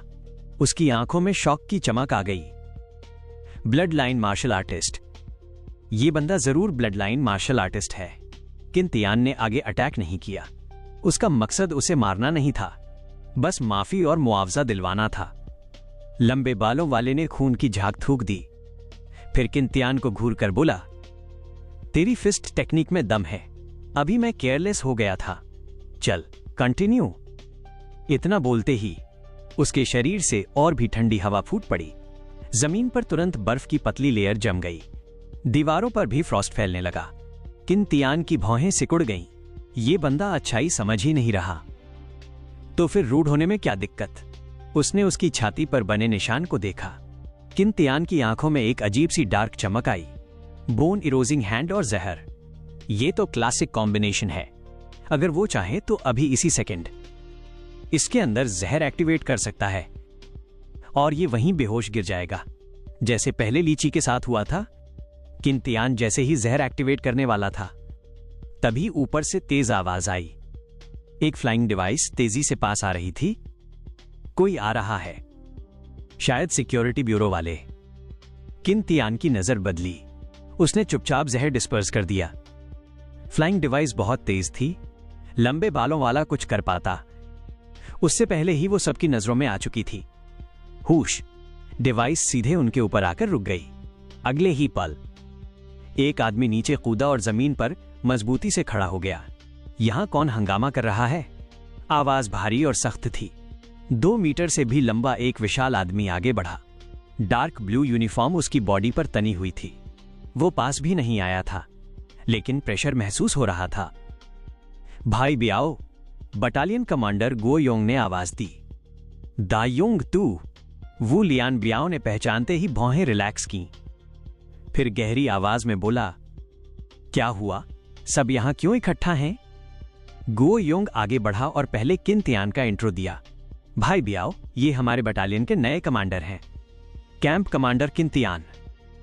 फिर उसने कहा, कैंप कमांडर, ये मिस टाउन सिक्योरिटी ब्यूरो के डायरेक्टर हैं, वो लियान बियाओ, टियर 3 9 स्टार स्पिरिचुअलिस्ट। तो आप ही 137वीं बटालियन के नए कमांडर हैं। वो लियान बियाओ ने किंतियान के यंग चेहरे को देखा। वो थोड़ा सरप्राइज हुआ। कुछ दिन पहले सुना था कि नया कमांडर आया है, लेकिन इतना यंग होगा नहीं सोचा था। Hello camp commander Qin. Hello director वू। किंतियान ने उसका हाथ मिलाया। हाथ चौड़ा, रफ और ताकत से भरा हुआ था। कैंप कमांडर किन, यहां हुआ क्या? वू लियान बियाओ ने सीन देखा। लड़की के चेहरे पर थप्पड़ का निशान, लंबे बालों वाले की छाती पर काला फिस्ट मार्क और सबके एक्सप्रेशन। उसने तुरंत पूरी बात जोड़ ली। मैं बताता हूं। गो योंग आगे आया। उसे पता था कि उसका कमांडर ज्यादा बोलने वाला नहीं। उसने पूरी घटना सुना दी। सुनते ही वू लियान बियाओ की टाइगर जैसी आंखें फैल गईं। उसने लंबे बालों वाले को कॉलर से पकड़ लिया। Damn it! एक स्पिरिचुअलिस्ट होकर छोटी बच्ची को बुली कर रहा है? शर्म नहीं आती? लंबे बालों वाला झुंझलाकर बोलने लगा, लेकिन वो तो उससे पहले कि वो पूरा करे, उसकी नजर धुंधली हो गई। पुतलियां फैल गईं। उसके अंदर अजीब सा डर और झटका उठा। मैंने अभी किया क्या? I am sorry. उसने तुरंत सिर झुका दिया। मैं माफी मांगता हूं और मुआवजा देने को रेडी हूं। यह देखकर वहां मौजूद लोग ठंडी हंसी हंस पड़े। अभी तक माफी से इनकार कर रहा था। किंतियान के पंच पड़े और डायरेक्टर वू ने डांटा। तो अब सीधा हो गया। डायरेक्टर वू ने सख्ती से कहा, मुआवजा तो देना ही पड़ेगा, और जेल होगी या नहीं, यह इस बच्ची पर डिपेंड करता है कि वो माफ करती है या नहीं। फिर उसने लड़की को ध्यान से देखा। उसकी आंखों में थोड़ी दया आई। अरे, ये तो वही बच्ची है। इसके पेरेंट्स 1 महीने पहले गायब हो गए थे। अब घर में बस ये और इसका दादाजी हैं। बूढ़े की हेल्थ खराब है, बाहर नहीं जा सकते, तो ये मजबूरी में फूल बेचती है पैसे कमाने के लिए। ये सुनते ही सब और गुस्से में आ गए। सबने लंबे बालों वाले को घूरा। वो सिर झुकाए खड़ा रहा। बाल उसके चेहरे को ढक रहे थे। किसी की आंखों में देखने की हिम्मत नहीं थी। मैं इसे ले जाता हूं। वू लियान बियाओ ने उसका कंधा दबोच लिया और दूसरी तरफ लड़की का हाथ पकड़ लिया। फ्लाइंग डिवाइस नीचे उतरी। वो दोनों को लेकर अंदर चढ़ गया। फिर किंतियान की तरफ मुड़कर बोला, कैंप कमांडर किन, आज के लिए थैंक्स। आज रात मैं आपको ड्रिंक पिलाऊंगा। किंतियान कुछ बोलने ही वाला था, लेकिन उससे पहले ही केबिन का दरवाजा बंद हो गया। हुश! डिवाइस तेजी से ऊपर उठी और आंखों से गायब हो गई। किंतियान ने गो योंग की तरफ देखा। डायरेक्टर वू हमेशा ऐसे ही हैं? गो योंग ने सिर हिलाया। सीधे, सपाट, बोल्ड, बुराई से नफरत। कमांडर लियू के भी बहुत क्लोज हैं। और वो थोड़ा रुका, फिर बोला, कमांडर, अगर डायरेक्टर वू ड्रिंक के लिए बुलाएं तो केयरफुल रहना। वो गजब का पीता है। 1000 कप भी पी जाए ड्रंक नहीं होता। अकेला हमारी पूरी बटालियन के स्पिरिचुअलिस्ट को अंडर टेबल कर दे। किंतियान ने भौं उठाई। स्पिरिचुअलिस्ट की बॉडी वैसे ही स्ट्रांग होती है। अल्कोहल टॉलरेंस हाई होता है। और वू लियान बियाओ अकेला सबको पछाड़ दे। ये ताकत नहीं, प्योर टैलेंट है। Tap tap tap. उसी वक्त सेकंड कंपनी वहां से गुजर रही थी। झाओ नो ने देखा कि फॉर्मेशन बिगड़ी हुई है। वो तुरंत दौड़कर आया। कमांडर, क्या हुआ? किंतियान ने शॉर्ट में बता दिया। सुनकर झाओ नो स्माइल कर बैठा। मैं वैसे भी चाहता था कि आप मिस टाउन के कुछ इंपॉर्टेंट लोगों से मिलें। अब मौका बन गया। कैसा रहेगा अगर मैं एक गैदरिंग अरेंज कर दूं? किंतियान ने सोचा, फिर सिर हिलाया। ठीक है, हाँ, बढ़िया, मैं बाद में कांटेक्ट कर लूंगा। झाओ नो बोला, कमांडर, मैं सेकंड कंपनी को ड्रिल पर ले जाता हूं। टाइम फिक्स होते ही आपको बता दूंगा। ओके। दोनों कंपनियां अपने रूट पर आगे बढ़ीं। सुबह तक मिशन सक्सेसफुल रहा। फिर सब कैंप वापस लौट आए। लंच तक सुबह वाली बात पूरे कैंप में फैल चुकी थी। हर सैनिक जान चुका था कैंप कमांडर किन कितने खतरनाक हैं। टियर 2 होकर टियर 3 स्पिरिचुअलिस्ट को हरा दिया और पब्लिक के लिए स्टैंड लिया, जस्टिस के लिए। कुछ ही समय में सैनिकों की नजर में किन तियान की इमेज बदल गई। पहले वो बस एक बैकग्राउंड वाला वॉरिस लगता था, अब वो बना टैलेंटेड, जस्ट और कम बोलने वाला एलीट कमांडर। और आर्मी में कम बोलना नेगेटिव नहीं होता, उसका मतलब है फेक बातें नहीं करेगा, खाली प्रॉमिस नहीं देगा। ऐसा कमांडर शायद कमांडर लियू जितना बेस्ट ना हो, लेकिन कम से कम बुरा भी नहीं है। एपिसोड 98, नाइट बैंक्वेट, मिस्ट का उतरना। रात, Chengfu restaurant, mist town. Commander please अंदर आइए। झाओ नो के साथ किन तियान प्राइवेट रूम में दाखिल हुआ।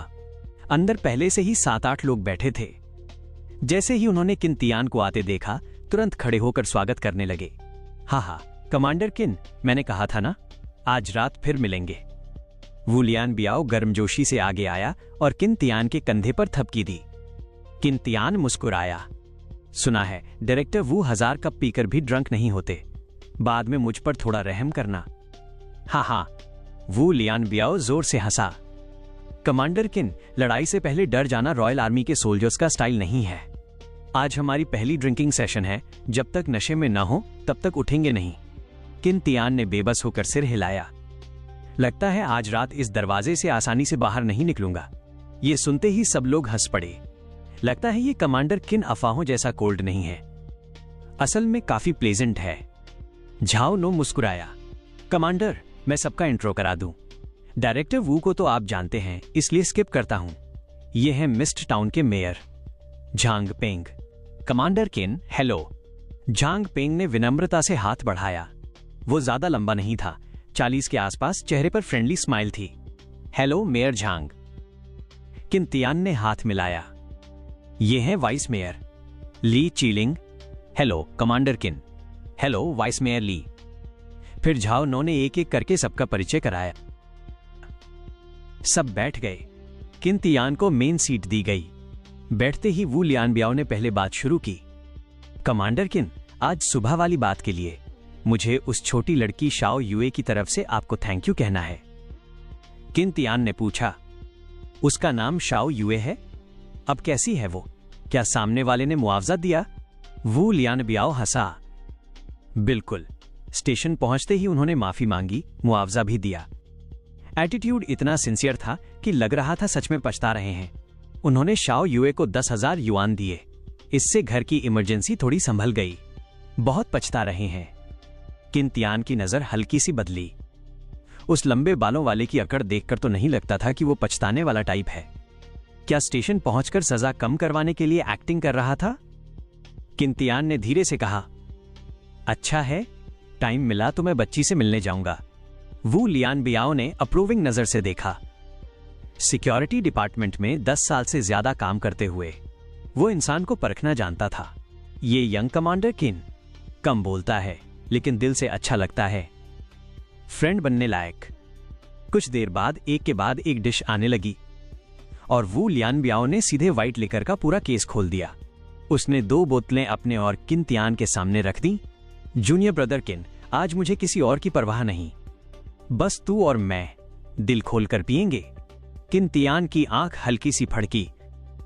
भविष्य की दुनिया में भी ड्रिंकिंग कल्चर इतना ही भारी है? कुछ नया नहीं है क्या?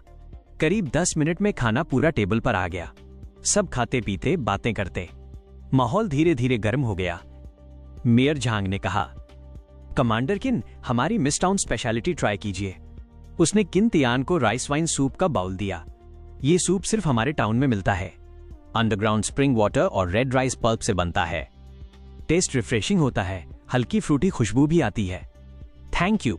किन तियान ने हल्का सा घूंट लिया। सच में टेस्ट यूनिक था। पेट में गर्माहट और आराम सा महसूस हुआ। टेस्ट कमाल है। किन तियान मुस्कुराया और दूसरा घूंट लेने ही वाला था। तभी उसके लोअर एब्डोमेन में मौजूद पॉइजन सैक ने अचानक रिएक्ट किया। एक जोरदार सक्शन के साथ उसने पेट की सारी चीजें खींच लीं। किंतियान ने आराम से बाउल नीचे रख दिया और मेयर झांग की तरफ मुस्कुराकर सिर हिला दिया। नहीं, ये पॉइजन नहीं है।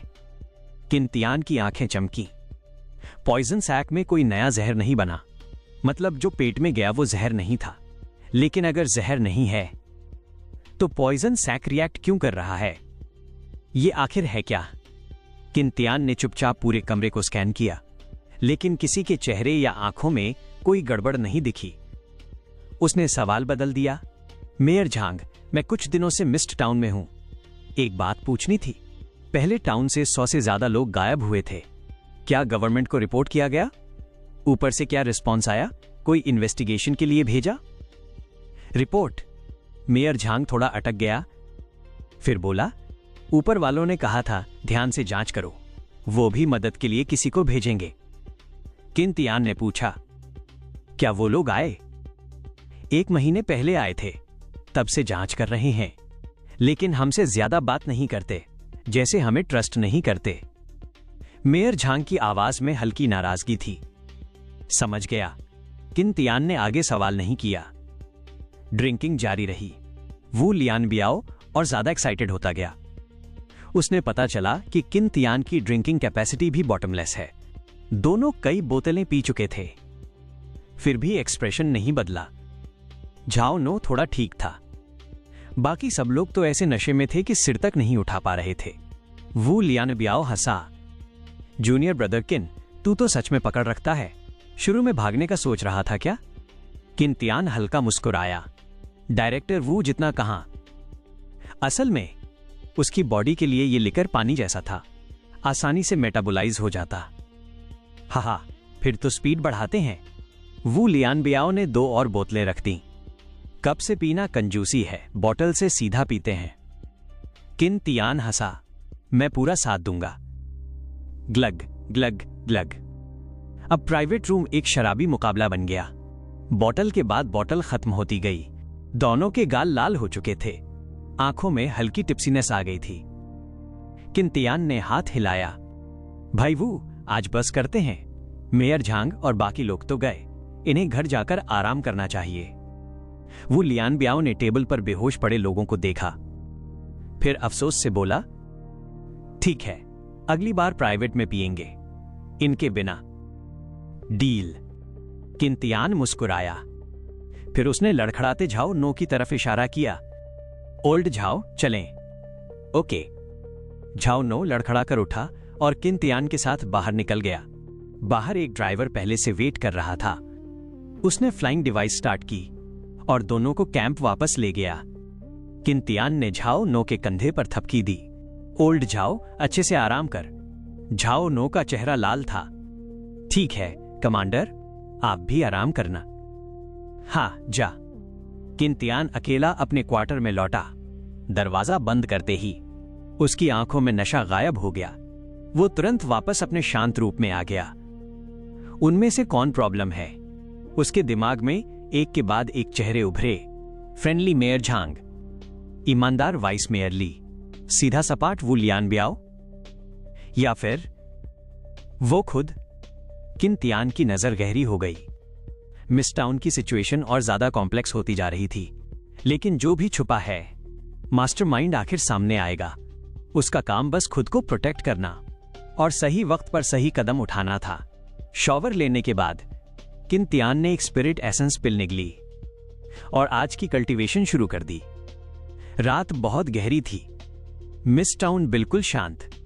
कई किलोमीटर दूर मिस्ट प्लेन पर घना कोहरा उठने लगा, हवा के साथ फैलते हुए। उसने पूरे छोटे शहर को ढक लिया। मिस्ट उतर चुकी थी। एपिसोड 99, ग्राउंड वाटर और ऑप्टिकल इनविजिबिलिटी। धुंध उतर चुकी थी और पूरा शहर उसकी चादर में लिपट गया था। किंतियान अभी अभी अपनी फ्रॉस्ट मेडिटेशन टेक्निक की कल्टीवेशन खत्म करके थोड़ा सा नैप लेने ही वाला था, तभी उसकी नजर खिड़की के बाहर उठती सफेद धुंध पर पड़ी। धुंध आ गई। किंतियान की आंखें तुरंत शार्प हो गईं। उसने कुछ पल चुपचाप वेट किया, फिर खिड़की खोली और छलांग लगाकर नीचे उतर गया। मिलिट्री कैंप पूरी तरह साइलेंट था, एक भी आवाज नहीं। धुंध बहुत घनी थी उसमें हल्की सी नमी वाली सांस थी। अंधेरा और धुंध मिलकर ऐसा माहौल बना रहे थे कि 3 मीटर से ज्यादा कुछ दिख ही नहीं रहा था। कुछ तो गलत है। किन तियान का चेहरा गंभीर हो गया। हाल ही में हुई मीटिंग में उसने साफ कहा था कि जैसे ही धुंध उतरे तुरंत अलार्म बजना चाहिए और सबको इमरजेंसी कॉम्बैट स्टेट में आ जाना चाहिए। लेकिन अब लगभग 10 मिनट हो चुके थे और कैंप अब भी डरावनी खामोशी में डूबा था। किन तियान तेजी से कैंप गेट पर पहुंचा। वहां कई गार्ड सोल्जर जमीन पर पड़े थे। उनकी सांसें नॉर्मल थीं, जैसे गहरी नींद में हो। उसने झुककर एक सोल्जर के चेहरे पर थपकी दी, लेकिन वो जागा ही नहीं। क्या धुंध में कोई हैलुसिनेशन वाला सब्सटेंस है? किन तियान ने भौहें सिकोड़ लीं, लेकिन तुरंत इस अंदाजे को काट दिया। अगर धुंध में कोई प्रॉब्लम होती तो उसका पॉइजन्स स्नेक बॉडी उसे डिटेक्ट कर लेता। फिर वो डॉर्मेट्री एरिया में गया। चाहे नॉर्मल सोल्जर्स हों या कुछ स्पिरिचुअलिस्ट, सबके सब गहरी नींद में थे, बिल्कुल गार्ड्स की तरह। आखिर वजह क्या है? किन तियान गहरी सोच में पड़ गया। अगर पॉइजन नहीं है तो पूरा कैंप एक साथ कैसे सो गया? और सबसे बड़ा सवाल, वो खुद अफेक्ट क्यों नहीं हुआ? अचानक उसे डिनर वाली बात याद आई। टेबल पर मेयर ने उसे राइस वाइन सूप दिया था। उसने पिया और उसका बॉडी ऑफ 10,000 पॉइजन्स एक्टिवेट हो गया, लेकिन कोई नया टॉक्सिन अंदर मर्ज नहीं हुआ। Rice wine soup, underground spiritual spring. Spiritual spring? किन तियान की पुतलियां सिकुड़ गईं। उसके दिमाग में बिजली सी कौंधी। समझ गया। वो तुरंत शहर की तरफ भागा। उसके जाने के बाद एक जोड़ी आंखें धीरे से खुलीं। उनमें गहरी उदासी और ठंडापन था। कुछ देर बाद हू, धुंध के अंदर एक काली परछाई तेजी से मूव कर रही थी, एक फैंटम की तरह। बिना आवाज के कैंप से शहर की दूरी 20 किलोमीटर से भी कम थी। कुछ ही मिनटों में किन तियान मिस टाउन पहुंच गया। उसने फोकस किया और अपनी हियरिंग चारों तरफ फैला दी। कैंप की तरह पूरा शहर भी साइलेंट था, एकदम घोस्ट टाउन जैसा। हां, प्रॉब्लम पानी में ही है। किन तियान की आंखों में रियलाइजेशन चमक उठा। अगर कोई ऐसी चीज है जिससे पूरा शहर और आर्मी दोनों जरूर जुड़ते हैं, तो वो है पानी। मिस टाउन के अंडरग्राउंड वाटर में कुछ ऐसा मिला हुआ था जो पॉइजन नहीं था, लेकिन धुंध आते ही सबको डीप स्लीप में डाल देता था। शाह। तभी किन तियान ने शहर के बाहर से कुछ आवाजें सुनी, अजीब सी, जैसे बहुत सारी नुकीली चीजें जमीन पर टकरा रही हों। वो आ गए। किन तियान की आंखें ठंडी हो गईं। उसने तुरंत अपनी ऑरा छुपाई और शैडो में छिप गया। कुछ देर बाद काले साए का एक बड़ा झुंड मिस्ट टाउन में घुस आया। धुंध में उनके शरीर धुंधले दिख रहे थे, लगभग आधे इंसान जितने लंबे, चौड़े, छोटे कार्ड जैसे। किन तियान ने शैडो में रहकर पास जाकर देखा और फिर उसकी सांस हल्की सी रुक गई। वो विशाल मकड़ियां थीं, आधे इंसान जितनी ऊंची। उनके ओवल बॉडी पर हार्ड शाइनी ब्लैक एक्सोस्केलेटन था। 8 पैर भालों जैसे मोटे और लंबे। हर पैर पर शार्प स्पर्स। जॉइंट्स पर काले ब्रिसल्स कांप रहे थे, जैसे हवा की हर हलचल को महसूस कर रहे हों। वो मकड़ियां अलग अलग गलियों में फैल गईं, बिल्डिंग्स में घुस गईं, घरों में भी। कुछ ही देर में उनकी पीठ पर इंसानों की परछाइयां दिखने लगीं। शहर के लोग स्पाइडर सिल्क में लिपटे हुए मकड़ियों की पीठ पर चिपके थे और उन्हें मिस्ट प्लेन की तरफ ले जाया जा रहा था। अब किन तियान को समझ आ गया, मिस्ट टाउन के लोग और बाहर से आने वाले विजिटर्स सब इसी तरह गायब हो रहे थे। बज जैसे ही किन तियान उन्हें बचाने के लिए मूव करने वाला था, उसके कान में हल्की भनभनाहट हुई। उसकी हीट सोर्स परसेप्शन ने बताया दर्जनों छोटे एंटिटीज उसकी तरफ तेजी से आ रहे थे। इन्होंने मुझे ढूंढ लिया। किन तियान शॉक्ड था। उसके नाइट डेमन फिजिक की वजह से अंधेरे में उसके सारे एट्रीब्यूट्स 30% बढ़ जाते थे। उसकी ऑरा छुप जाती थी। वो अपनी बॉडी टेम्परेचर भी बदल सकता था ताकि एनवायरनमेंट में मर्ज हो जाए। आमतौर पर उसे डिटेक्ट करना बहुत मुश्किल था जब तक कोई बड़े लेवल पर स्पिरिचुअल पावर स्कैन न करे। तो फिर यह कैसे हुआ? किन तियान ने चारों तरफ देखा। हीट सोर्स पास आ रहे थे, लेकिन आंखों से कुछ दिख नहीं रहा था, सिर्फ पंखों की हल्की आवाज। क्या यह इनविजिबिलिटी है? किन तियान ने नजरें शार्प की। अगले ही पल उसके शरीर से हल्का सफेद पॉइजन गैस निकला। वो सफेद धुंध में मिक्स हो गया और 10 मीटर का पॉइजन गैस डोमेन बन गया। जैसे ही वो हीट सोर्स अंदर आए, bang, purple gold electric arcs फूट पड़े सीधे टारगेट पर। उनकी स्पीड तुरंत गिर गई और पॉइजन गैस उनके शरीर में घुसने लगा। बज बज। अब हवा में ज्यादा क्लियर आवाज गूंजी। धुंध के अंदर ट्विस्टेड लाइट इल्यूजन्स दिखने लगे, बिल्कुल खराब टीवी स्क्रीन जैसी। कुछ ही सेकंड में कई काले साए जमीन पर गिर पड़े। साथ ही दर्जनों ग्रीन लाइट स्फीयर्स किंतियान की तरफ उड़कर आए। कंबाइन होकर एक डीप ग्रीन टैलेंट स्फीयर बचा। नाम light distortion, type active talent. Introduction, तुम स्पेशल एनर्जी फील्ड को कंट्रोल करके आसपास की लाइट को मोड़ सकते हो, उसे डिस्टर्ब कर सकते हो, जिससे लगभग परफेक्ट ऑप्टिकल इनविजिबिलिटी हासिल होती है। किंतियान ने नीचे देखा। बास्केटबॉल साइज के पीले उड़ने वाले कीड़े पड़े थे। उनके माउथ पार्ट्स मिलिट्री डैगर्स जैसे शार्प थे। ऑप्टिकल इनविजिबिलिटी, इसीलिए वो दिख नहीं रहे थे। किंतियान के अंदर एक्साइटमेंट जागा। अगर सिर्फ इनविजिबिलिटी होती तो साउंड, स्मेल और हीट से पकड़ में आ जाते, लेकिन अगर ये उसके बाकी टैलेंट्स के साथ जुड़ जाए तो वो बेहद ओपी बन जाएगा। Optical invisibility plus dark stealth plus aura concealment. जब तक कोई ऑल कवरेज स्पिरिचुअल स्कैन न करे, उसे नोटिस करना नामुमकिन होगा। लेकिन एक सेकंड, फिर इन्होंने मुझे कैसे ढूंढा? किंतियान की भौहें फिर सिकुड़ गईं और तभी उसके अंदर एक जबरदस्त क्राइसिस फीलिंग उतरी। उसने बिना सोचे छलांग लगा दी। Swish swish. कई बड़े स्पाइडर सिल्क वेब्स वहां गिरे जहां वो अभी खड़ा था। अगर वो एक पल भी लेट होता तो जाल में फंस चुका होता। किंतियान अब एक 3 मंजिला दुकान की छत पर खड़ा था। उसने नीचे देखा।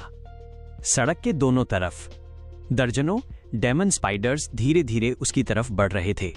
उनकी घोंसली ग्रीन आंखें रात में जलती भूत की आग जैसी थीं, क्रूर और खूंखार। स्पिरिचुअल पावर ने मुझे डिटेक्ट किया। किंतियान ने सिर घुमाया और मिस्ट प्लेन की दिशा में गहरी नजर डाल दी। एपिसोड 100, स्पाइडर सिल्क और डरावना मैंटिस। घनी सफेद धुंध के बीच किंतियान छत पर खड़ा था। नीचे फैली मकड़ियों की आर्मी को देख रहा था। वुश वुश वुश जाल उसकी तरफ फेंके गए। अजीब बात यह थी कि कुछ जालों में आग लगी थी, कुछ से ठंडी सी बर्फ जैसी हवा निकल रही थी और कुछ तो लगभग ट्रांसपेरेंट थे। किंतियान फुर्ती से बचता रहा। वो छत पर ऐसे उछल कूद रहा था जैसे कोई फुर्तीला बंदर, इतनी स्पीड में कि मकड़ियां उसे पकड़ ही नहीं पा रही थीं। हिस। पास की सारी मकड़ियां एक्टिव हो गईं। उन्होंने उसे चारों तरफ से घेरना शुरू कर दिया। कुछ मकड़ियां तो छत पर भी चढ़ाईं। उनके 8 पैर तेजी से क्रॉस होते हुए उसे क्लोजली चेज कर रहे थे। मरने का शौक है क्या? किंतियान ने हाथ बढ़ाया। ऐसा लगा जैसे धुंध के अंदर से उसने एक स्लीक ब्लैक गन खींच ली हो। बिना निशाना लगाए उसने कैजुअली फायर किया। धड़ाम। नीचे मकड़ियों के सिर उड़ते चले गए। इवोल्यूशन पॉइंट्स बढ़ गए और एक ग्रीन लाइट ऑर्ब उसके शरीर में घुस गया। नाम spider silk. Type passive talent. Introduction, तुम स्पाइडर सिल्क बना सकते हो और उसकी प्रॉपर्टीज तुम्हारी खुद की एबिलिटी पर डिपेंड करेगी।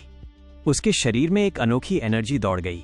एक पल में किंतियान को लगा जैसे उसे नई पावर मिल गई हो। स्पाइडरमैन। उसके दिमाग में एक आइकॉनिक फिगर उभरा। मार्वल का वो हीरो जिसे वो हमेशा पसंद करता था, दयालु बहादुर बिल्डिंग्स के बीच झूलता हुआ। लेकिन अब किंतियान उससे कहीं ज्यादा खतरनाक बन चुका था। Bang bang bang. किंतियान दौड़ते हुए फायर करता रहा। चारों तरफ से आते जालों को वो आसानी से डॉस कर रहा था।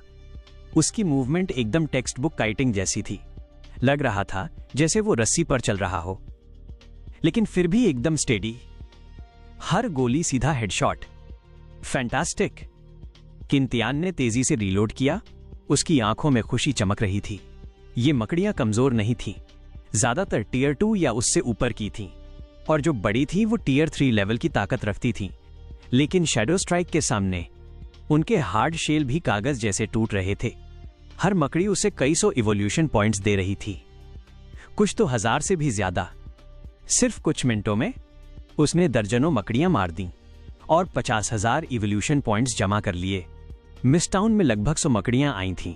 अगर वो सबको खत्म कर दे तो कई लाख पॉइंट्स मिल सकते थे। चलो थोड़ा मजा करते हैं। किन तियान के होठों पर स्माइल आ गई। उसकी किलिंग डिजायर उफान पर थी। लेकिन तभी उसका पीछा कर रही मकड़ियां अचानक बट गईं। कुछ उसे चेज करती रहीं और बाकी हाई बिल्डिंग्स और घरों में घुस गईं। जैसा सोचा था, कोई इन्हें रिमोट से कंट्रोल कर रहा है। किन तियान की आंखों में ठंडक उतर आई। एक हल्की सी स्पिरिचुअल वेव उसके शरीर पर स्वीप कर गई। पहले शायद वो नोटिस नहीं करता, लेकिन मिंगशेन लीफ खाने के बाद उसकी स्पिरिचुअल पावर बहुत बढ़ चुकी थी। अब वो ऐसी हल्की मेंटल वेव भी पकड़ सकता था। स्पाइडर आर्मी का ये क्लियर डिवीजन, ये साफ दिखा रहा था कि कोई छुपा बैठा है, चुपचाप सब कंट्रोल कर रहा है। और पर्दे के पीछे वाला इंसान जरूर कोई बेहद खतरनाक स्पिरिट मेज होगा। बैंग बैंग, किन तियान ने फायरिंग और तेज कर दी। मकड़ियों के सिर तरबूज की तरह फट रहे थे। गाढ़ा बदबूदार लिक्विड फैलता जा रहा था। हिस हिस हिस, मकड़ियां उसके पीछे पागलों की तरह भाग रही थीं। उनके जबड़े चीख जैसी आवाज निकाल रहे थे। उनके 8 पैर इतनी तेजी से चल रहे थे कि आफ्टर इमेज बनने लगे। जाल तीरों की तरह उसकी तरफ उड़ रहे थे, लेकिन किन तियान उन्हें आराम से बचा रहा था। धड़ाम, आखिरी गोली के साथ उसका पीछा कर रही सारी मकड़ियां खत्म हो गईं। किन तियान छत पर खड़ा रहा। धुंध की वजह से आंखों से ज्यादा नहीं दिख रहा था, लेकिन उसकी हीट परसेप्शन में स्पाइडर और इंसानों के कंबाइंड हीट सोर्स साफ नजर आ रहे थे। बिना रुके वो नीचे कूदा और पीछा करने लगा, लेकिन 2 कदम भी नहीं चला था कि उसका चेहरा बदल गया। उसने तुरंत जमीन पर रोल कर लिया। स्विश, एक ब्लैक ब्लेड जैसी लिम्ब जमीन में धंस गई। सीमेंट ऐसे कट गया जैसे टोफू हो। किन तियान उछलकर खड़ा हुआ और सामने देखा एक मेंटिस, जो एक एडल्ट इंसान से भी लंबा था। पूरा ब्लैक, उसका सिर तीर की तरह शार्प था और उसकी घोस्टली ब्लू आंखें 2 जलती हुई डरावनी आग जैसी लग रही थीं। उसके हाथों में दरांती जैसी क्लॉज चमक रही थीं। पीठ और जॉइंट्स पर अलग अलग लंबाई के स्पाइक्स निकले थे और उसकी पीठ पर पतले ट्रांसपेरेंट सिसाडा विंग्स थे। इतनी स्पीड, किन तियान की आंखों में अलर्टनेस भर गई। उसने अभी अभी एक अनजान हीट सोर्स महसूस किया था, लेकिन वो इतना हल्का था कि एनवायरनमेंट में मर्ज हो रहा था। जैसे ही उसने नोटिस किया, वो हीट सोर्स फट पड़ा। भयानक स्पीड में एक झपकते में उसके पास पहुंच गया। अगर उसके अंदर बार्बरिक एंशिएंट बीस्ट जैसी इंस्टिंक्ट ना होती तो वो वहीं कट चुका होता। उसका शरीर दिमाग से पहले रिएक्ट कर गया और वो टाइम पे रोल करके बच गया। सूश, मैंटिस फिर मूव हुआ। उसके जॉइंट्स हल्के से मुड़े, फिर स्प्रिंग की तरह उछल पड़ा। उसकी दरांती जैसी लिम्ब हवा चीरती हुई आई। बिजली जैसी फ्लैश। एक पल में किन तियान ने शैडो स्ट्राइक हटाकर ब्लैक फ्रॉस्ट ब्लेड निकाल ली। तलवार ऊपर उठाई और सामने से आने वाले वार को ब्लॉक किया। क्लैंग, मेटल टकराने की तेज आवाज गूंजी। किन तियान की आंखें फैल गईं। उसके पैरों के नीचे बिजली चमकी और वो पीछे उछल गया। अगले ही सेकंड, फटाक, उसकी शर्ट फट गई। सीने पर एक खतरनाक घाव बन चुका था, इतना गहरा कि सफेद हड्डी तक झलक रही थी। इतना फास्ट। किन तियान शॉक्ड था। वो खुद स्पीड और एक्सप्लोसिव फोर्स में मास्टर था, लेकिन ये मैंटिस उससे भी तेज निकला। अगर उसने 9-फोल्ड थंडर फ्लैश यूज ना किया होता तो सिर्फ चोट नहीं लगती, सीधा जानलेवा कट होता। सूश, दरांती जैसी लिम्ब फिर आई। ब्लाइंडिंग स्पीड, सिर्फ आफ्टर इमेज बची। और डरावनी बात, पूरी तरह साइलेंट। किन तियान ने वॉर्टेक्स थंडर सेबर से काउंटर किया। पर्पल गोल्ड बिजली तलवार पर घूमने लगी। वार सीधे लिम्ब पर गया। साथ ही उसके सीने का घाव तेजी से हील होने लगा।